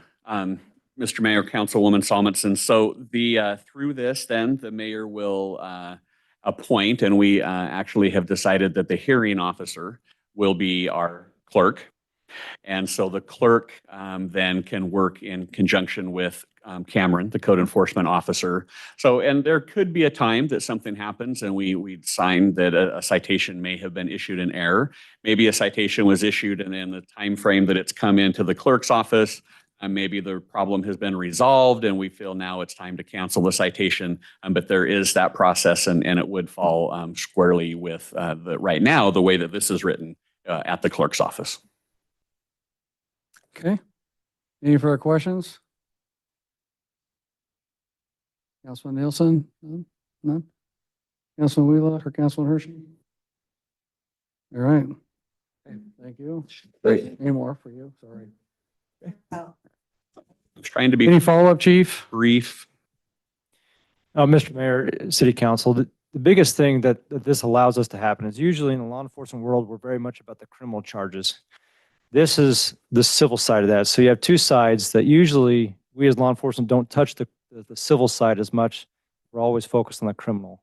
This allows for this administrative citation process, allows us to let code enforcement get in the civil side, such as a contractor that has too much dirt that's going around. He hasn't put the right amount of water down he's causing problems with the neighbors. Well, this would allow for us to go over and have a little bit of teeth to be able to cite them if they keep violating that. Things like that usually it's not a criminal thing because you're throwing dirt in the air. That's not really a criminal thing unless you're throwing, I guess, at somebody. But dirt in the air, it's not a criminal thing. But this allows our code enforcement officer to actually get involved with the civil issues that we're seeing more and more as a city of Star. So I hope that kind of helps a little bit differentiate between our criminal and civil side. Councilman Wheelock, do you have a question for Chief? Yeah, what's the potential for recipient B, whoever got the fine, to come to the clerk's office and be unhappy with the clerk who had nothing to do with this? So, Mr. Mayor, Councilman Wheelock, it's a great question. And there's a reason that the clerk has nothing to do with this, because we want to make sure that the hearing officer is a neutral party to this. And so as you can imagine, it would probably be the same that we very well may deal with somebody who's upset. Just like we would deal today in the building department with somebody who's upset because maybe they feel their permits are too high or their permits are taking too long for approval. So, and we'll have to deal with those. We do have panic buttons that are installed all over City Hall. So if there is something that becomes out of control, they can hit the panic button and the cavalry does come very quickly. But yeah, it is something that we may have to deal with. The difference is they've applied for the permit that they're overcharged for. It's an The other example. people have but been yeah. thrust into that circle. Yeah. Just as question. I'm comfortable. Shelley's tough. Sorry? I said you're tough. Yeah, it's not something that I'm unfamiliar with, having people come in my previous job that are not particularly happy. It's something that I'm able to handle and work through. Hope my staff do that as well. I think we'll work through that process as it comes up. I'm not particularly knowledgeable on code enforcement, but will become, and I think it'll be fine. I think if it's not, we'll figure it out as it comes and make changes as needed. Yep. Hey, Councilman Nielsen, did you have a question or anything? Okay, all right. All right, thank you. Hearing none, then we'll go on to the council deliberations on these. And, or do we have anybody sign up? Nobody signed up? Oh, okay. All right, then we'll go on to council deliberations here. And a motion. Do you have? He pointed at you, so I was pointing at you. Oh, I'm fine. I'll motion in a second. I think both of these are good steps in the right direction. The parking one has a long process to it, so it can't just be willy-nilly. It would have to have rational and thought in order to even make it before the council. And then beyond that, it's also good to give teeth to our law enforcement to enforce things such as civil matters. And in all reality, there's no ordinance or law in the world we can make that's going to determine the choice people make when they get a ticket and how they decide to react. Case in point, there's 1, 2, 3, 4, 5 like law enforcement people here that could probably verify that. Because when you pull me over, it's your fault, Zach. So, you can't regulate choice. You can only react to it. So I'm quite good with both of these. Yes, they'll be tweaked as they go, but I'll just make a motion and you can tell me yes or no. Mayor Chadwick, Councilman Nielsen? sorry, but before we get to a motion, could we have a little more discussion? Yeah. Yeah, Councilman Nielsen? So just looking at some of the language, what I would like to see a couple of changes. One would be to be more specific about who can issue a ticket. The language of whomever the city designates, I think, is a little too loose. So maybe we tighten that up to, it's either the police officers or, Code enforcement. or code enforcement, as Are you writing those down, Sean? as designated by the city. It has to be somebody who's in the public, right? We're just trying to figure out who's writing it. Yeah, Councilman Nilsson, I'm sorry. Can you tell me which section you're referring to? No, I can't. Okay. It's the section in here, Ryan, that talks about the city, or what did it say exactly? City? Yeah. You keep going there. It's the section on who can issue a parking citation. So I don't have the number. We'll look for that. You keep going on with your thoughts if you'd like. So, and then, in terms of, so let's say we establish one of these parking districts. Down the road, situation changes. I'd like to see something in the code that would initiate a review, either on a periodic basis or that somebody can then come in and request a review, and we look at whether or not these parking districts that once are established, that they're not just become a permanent thing, that we verify that they're still needed and that the situation is still warranted that they exist. Okay. You writing that down, Sean? Okay. And that's my only suggestions. All right. Any further discussion? Councilwoman? Mayor Chadwick. I'm just very hesitant about putting something like this in place because it's so foreign to me. I've never been in an area. I've never seen, these special districts. So this is all very new to me. And I worry about the negative impact it could have on the residents, the unintentional impact it could have. But with all that being said, I know that we do need to do something. And, it seems as if this is the only tool that we have, and we can try it and, and change it, make our changes if it doesn't work out, tweak it, whatever. So. And I just want to be clear, though, this doesn't give Right. I areas the right understand to that. do it. It comes back to the council for you to make that final decision. Right. Right? Yep. So I'll just leave it. I'll just leave it at that. I'm not going to make a motion to Okay. move forward, but I just wanted that out there. All right. Motions, more discussion? Mr. Mayor, may I add to the discussion, please? Yep. Just on that, so Councilman Nielsen, we did find that with the help of Chief, it looks like under our definition of enforcement officer, it states any police officer, inspector, code enforcement officer, or other employee or agent of the city having the power to issue an administrative citation. Does that sound correct? I like that definition for the officer. I think the problem is that what was shown on screen, if you maybe could bring it up or tell Sean what page, what it reads is a police officer or law enforcement officer, which would cover that definition.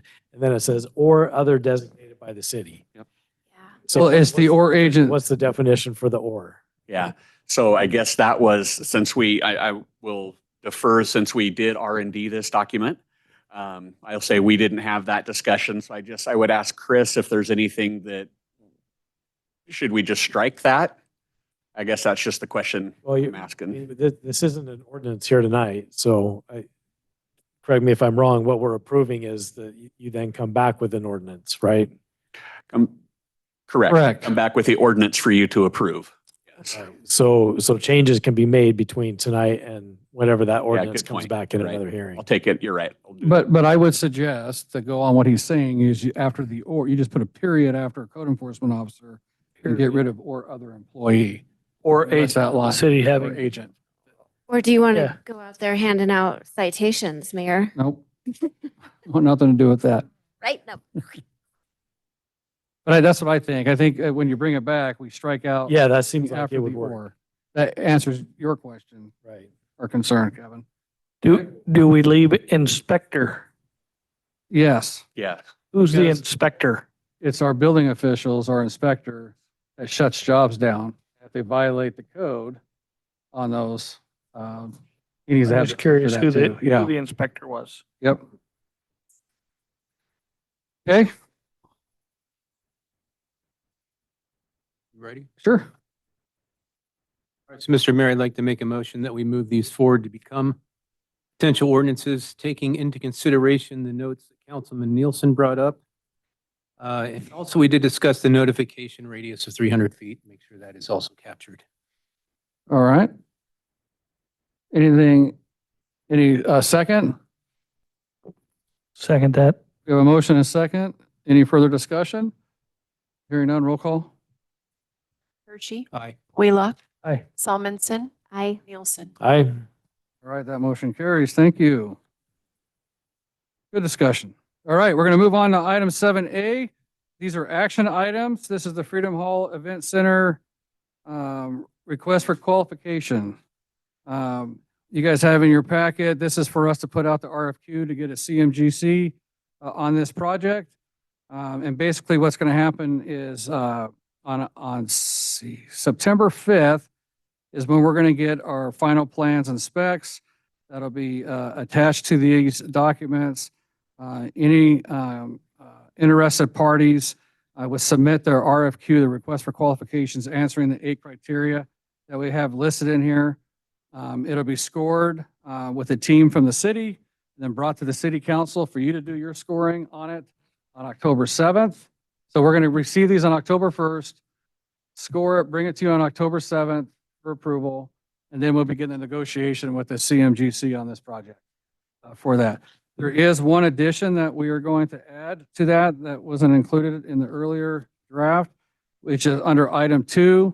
We're going to put in there as part of the insurance coverage is required is builder's risk insurance for the value of the building to cover the value of the building in case a fire or something were to happen during that Is that a construction normal process. insurance? It's a normal insurance, but Okay. we want it listed in here because not everybody carries that. No, the reason I ask is if you do an abnormal insurance, the price It costs goes more. crazy. Yeah. No, that's normal Okay.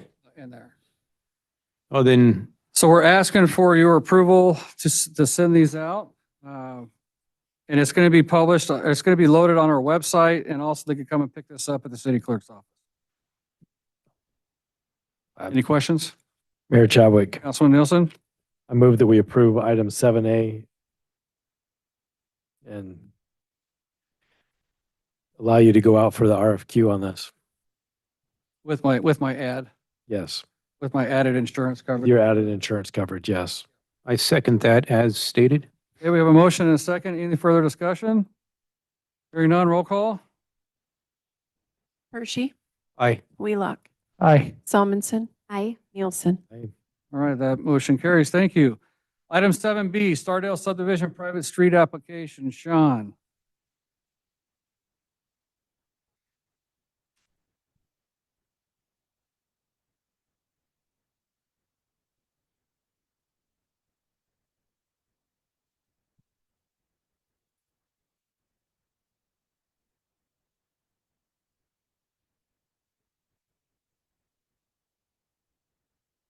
Mr. Mayor and Council, thank you. You have a request for an action item this evening to review a request by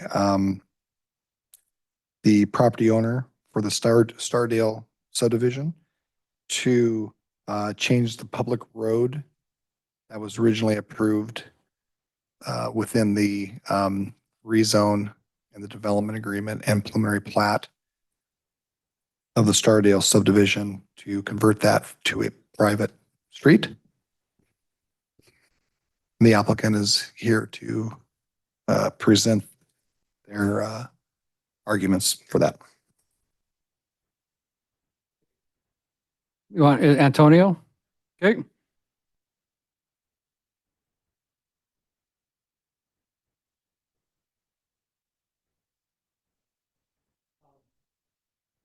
Oh, thank you. Antonio Conti, Ackerman Essevel, 7661 West Riverside in Garden City. This is the Stardust subdivision that was approved long time ago by you guys. There's been a change of ownership. Just to give you, I just put a vicinity map to give an idea where it's at, right next to Albertsons. This is, what the final plat looks like that was submitted for approval, and it was put on hold because apparently we're missing an application, which is the application for a private road. This is a picture of what it looked like for the last few years. Not really a jewel, nothing really to be proud of. So why are we here? Just some bullet points. We inherited a half-constructed, somewhat abandoned project.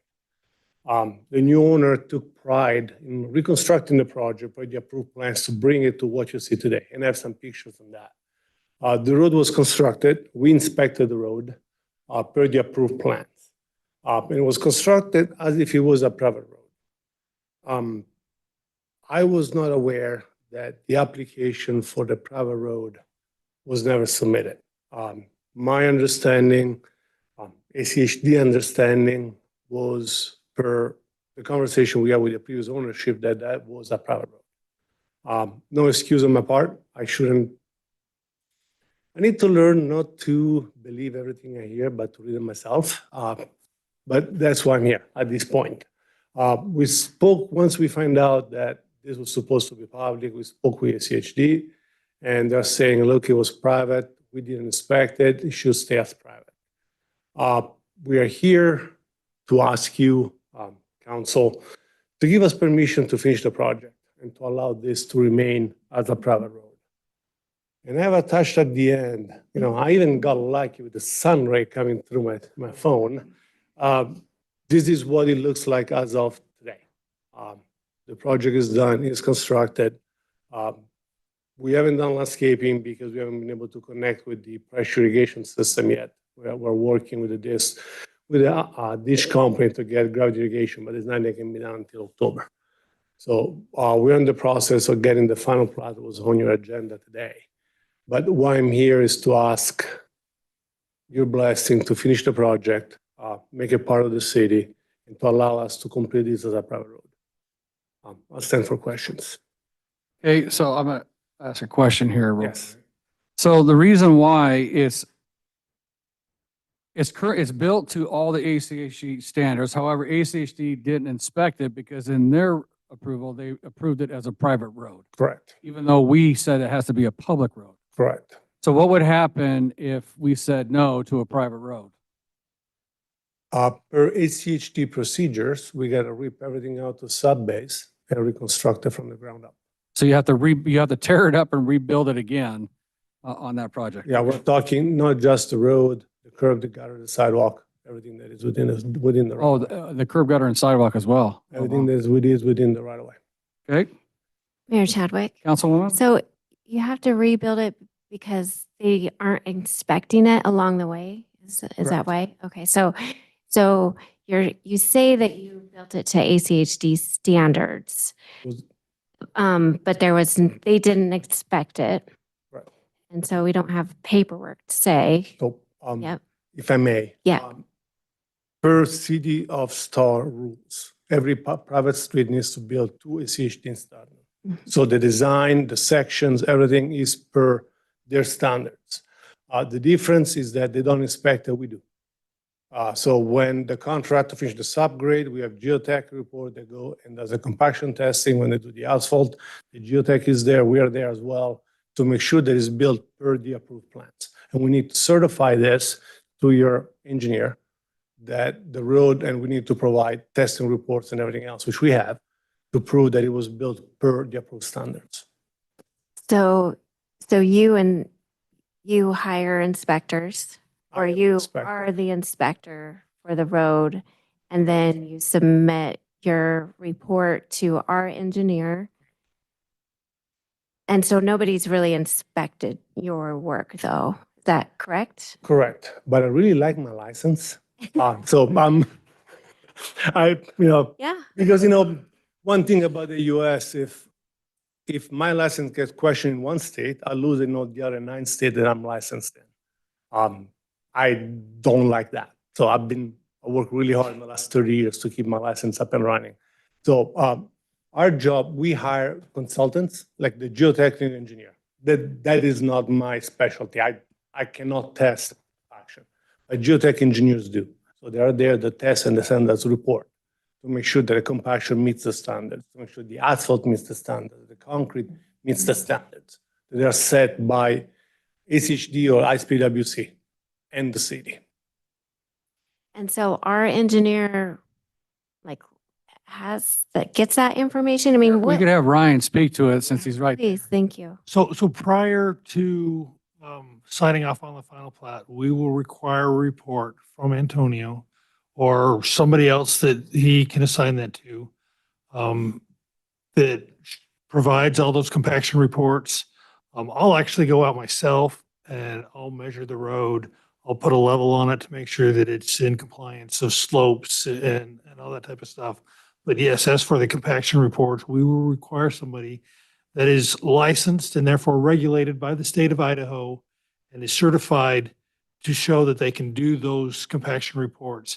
As Antonio said, it's a big deal for an engineer if they lose their license. If you lose your license because somebody questions that and comes after you for that, and you can't prove that you did this per the state standards of care, that's an engineer's livelihood.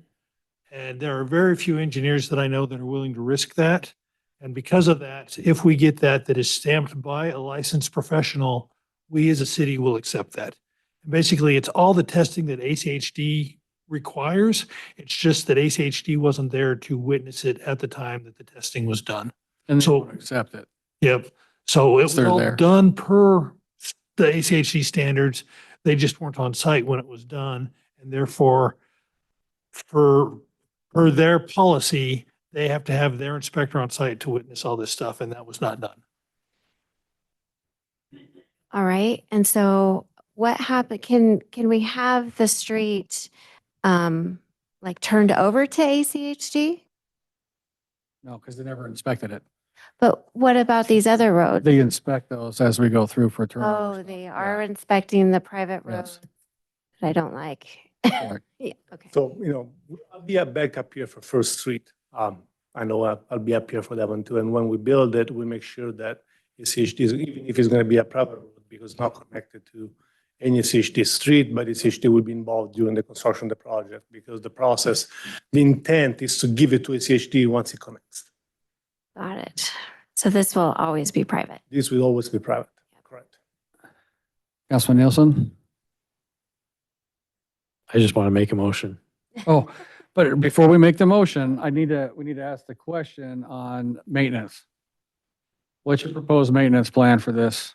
Well, the Being a private- maintenance is going to be included in the CCNR and the HOA.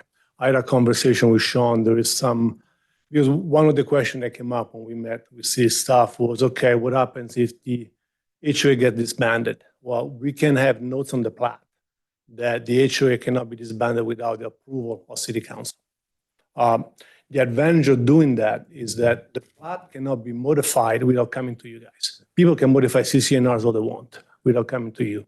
But because this is in the plat, and some other cities, they have this language, it's going to force them to maintain the road.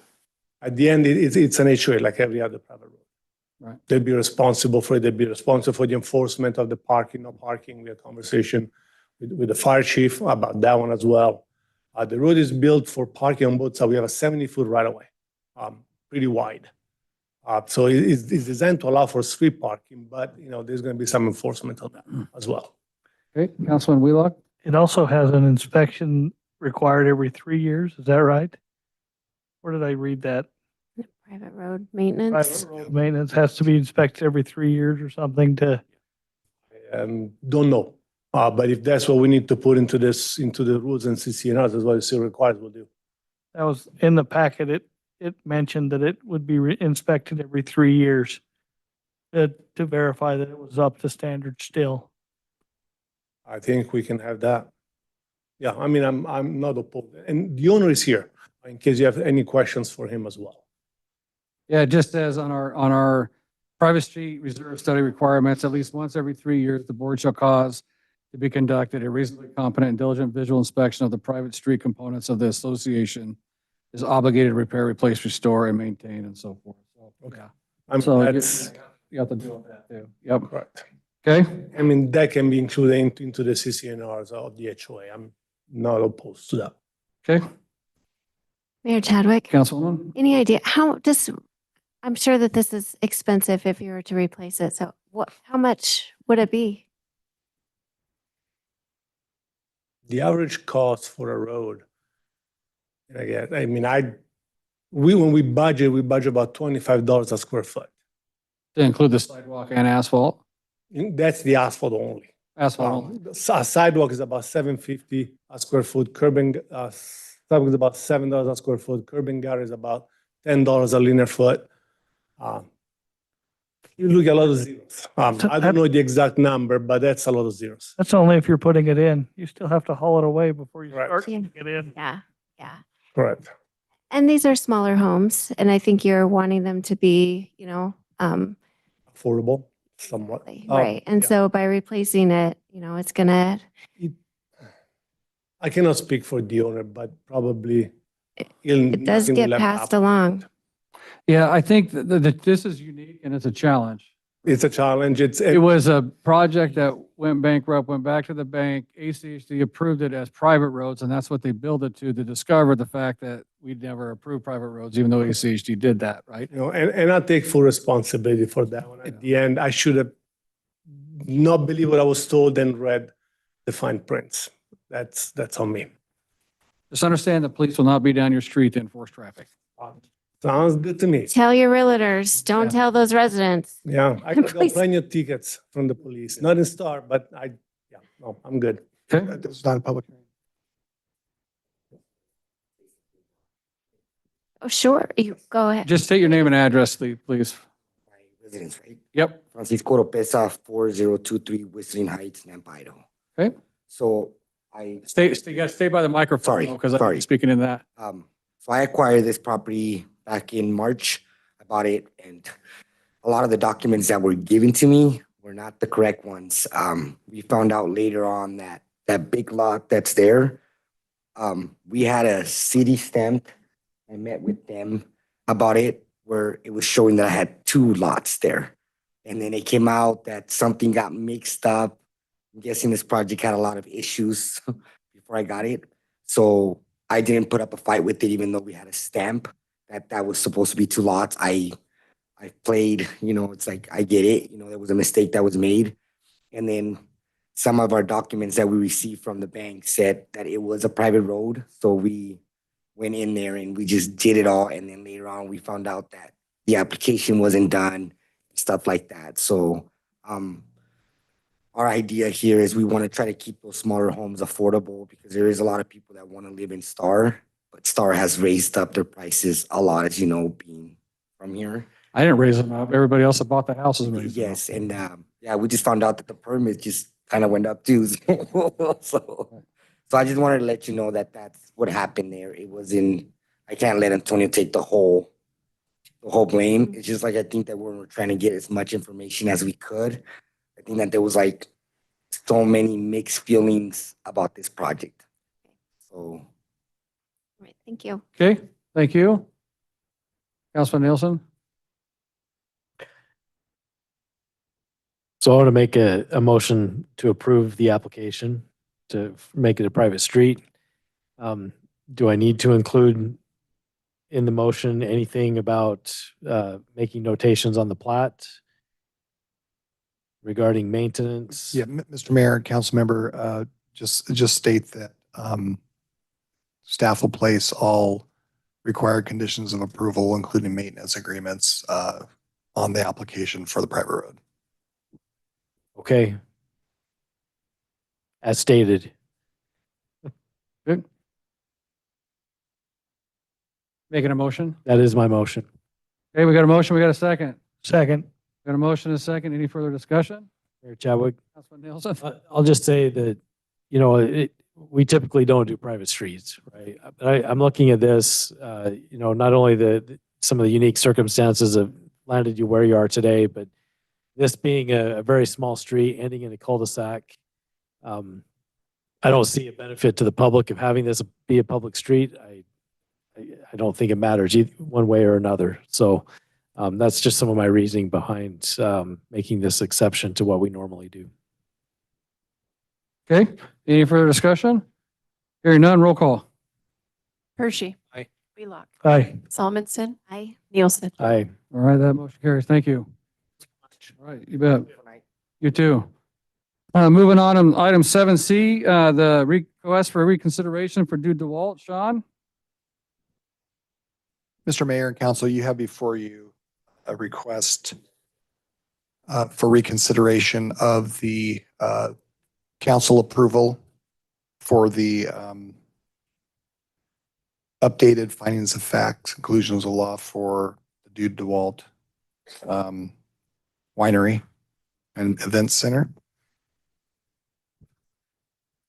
As indicated in the staff report, this application was remanded back to the city council by the courts to update the findings of facts and conclusions of law from your original approval. You did that a couple months ago, approved the new findings of facts and conclusions of law. The neighboring property owner is requesting reconsideration of those findings. That is what is before you this evening. Okay.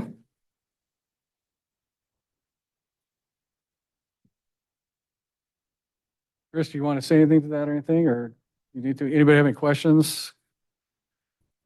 No, I think Sean summarized it well. As you know, on his, excuse me, on these reconsiderations, the decision tonight is only whether to reconsider or not.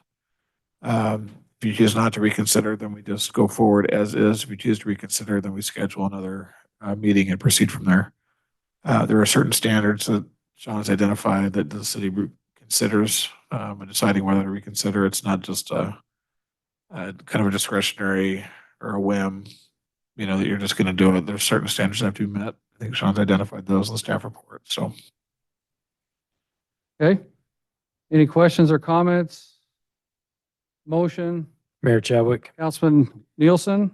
you know, I find that the request for reconsideration meets the standard for us to have the reconsideration, and I move that we approve this request for reconsideration. Okay, we have a motion. Do we have a second?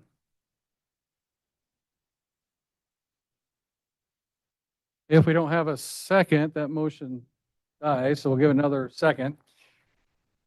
Okay, no, I'm going to second it. okay, we got a motion and a second. Any further discussion? Mayor Chadwick? Councilwoman? So question, so there is a letter in here. Is that letter, because I was not a part of the original one. So, but the letter did have a couple, like, it did have an item that kind of was big in my mind. Is a letter something that we can, that we're thinking about tonight? Is this new information? Well, All, everything in that letter is new information? Well, no. No. Everything in that letter is what the applicant, or not applicant, but the requester is considering new information. Doesn't mean that it's all new information. Correct? Correct. Okay, repeat that. Thank you. Not the applicant, the requester of the reconsideration has listed what they feel is new information to the revised findings, facts, and conclusion of law that we've had on this project. You have to determine, is that new information Okay. on there or not on this project? Right, Chris? Correct. Okay. Okay, that being said, I'm going to withdraw my second. Okay. And I think I'm going to abstain from this. Can I do that now? Well, no, not. There's No. nothing to abstain from if there's no Yeah. second. All right. Right? Yes. So we have a motion with no second now. Anybody want to give a second? Hearing none, that motion fails. We go on to another motion, Chris, or yes? Yeah, there needs to be a decision on whether has to or be a not you're gonna decision. approve the request for reconsideration or not. So you can't just Not vote. not move on. Yeah, there has to be a decision. So you have to, so someone that didn't second needs to make a motion to deny the request for reconsideration. Yeah, Councilmember Nielsen could make another motion if he wanted to, but Mayor on Chadwick? the other way. Councilman Nielsen? Seeing that there is no desire to move forward with this request for reconsideration, I will make a motion to deny. Okay, we have a motion. Do we have a second? I'll second that. We have a motion and a second. Any further discussion? Hearing none, roll call. Hershey, Aye. Wheelock, Aye. Salmonson, Is that abstain? Is that what I say? Chris, can we do that? Yep. That's what I'm going to do. Okay, and Nielsen. Aye. all right. That motion carries 3-0 and 1 abstain. Thank you. All right, we'll move on to item 7D, the ordinance for the river crossing rezone. We need to dispense of the rules. Okay, Mr. Mayor, I'd like to introduce ordinance, and I move pursuant to the Idaho Code, Section 50-902, that the rule requiring ordinance be read on 3 different days, with one reading being full, be dispensed with, and that ordinance number 423-2025 be considered after reading once by title only. we have a motion. Do we have a second? Second. We have a motion, second by Councilman Wheelock. Any further discussion? Hearing none, roll call. Hershey, Aye. Wheelock, Aye. Salmonson, Aye. Nielsen. Aye. All right, that motion carries. Thank you. So we have Uh, to- Now we need to approve of the ordinance. Now, Mr. Mayor, Councilman Hershey. I move that we approve ordinance number 423-2025, an ordinance rezoning certain real property located in Star, Ada County, Idaho, more specifically located at 10122 West State Street, Star, Idaho, Ada County parcels S0408438855 and S0408438890. The property is owned by Falcon One Star LLC, establishing the zoning classification of the rezoned property as Central Business District with a development agreement of approximately 6.27 acres, directing that certified copies of the ordinance be filed as provided by law, providing for related matters and providing for an effective date. Okay, we have a motion. Do we have a second? Second. We have a motion, a second by Councilman Wheelock. Any further discussion? Hearing none, roll call. Hershey, Aye. Wheelock, Aye. Salmonson, Aye. Nielsen. Aye. That motion carries.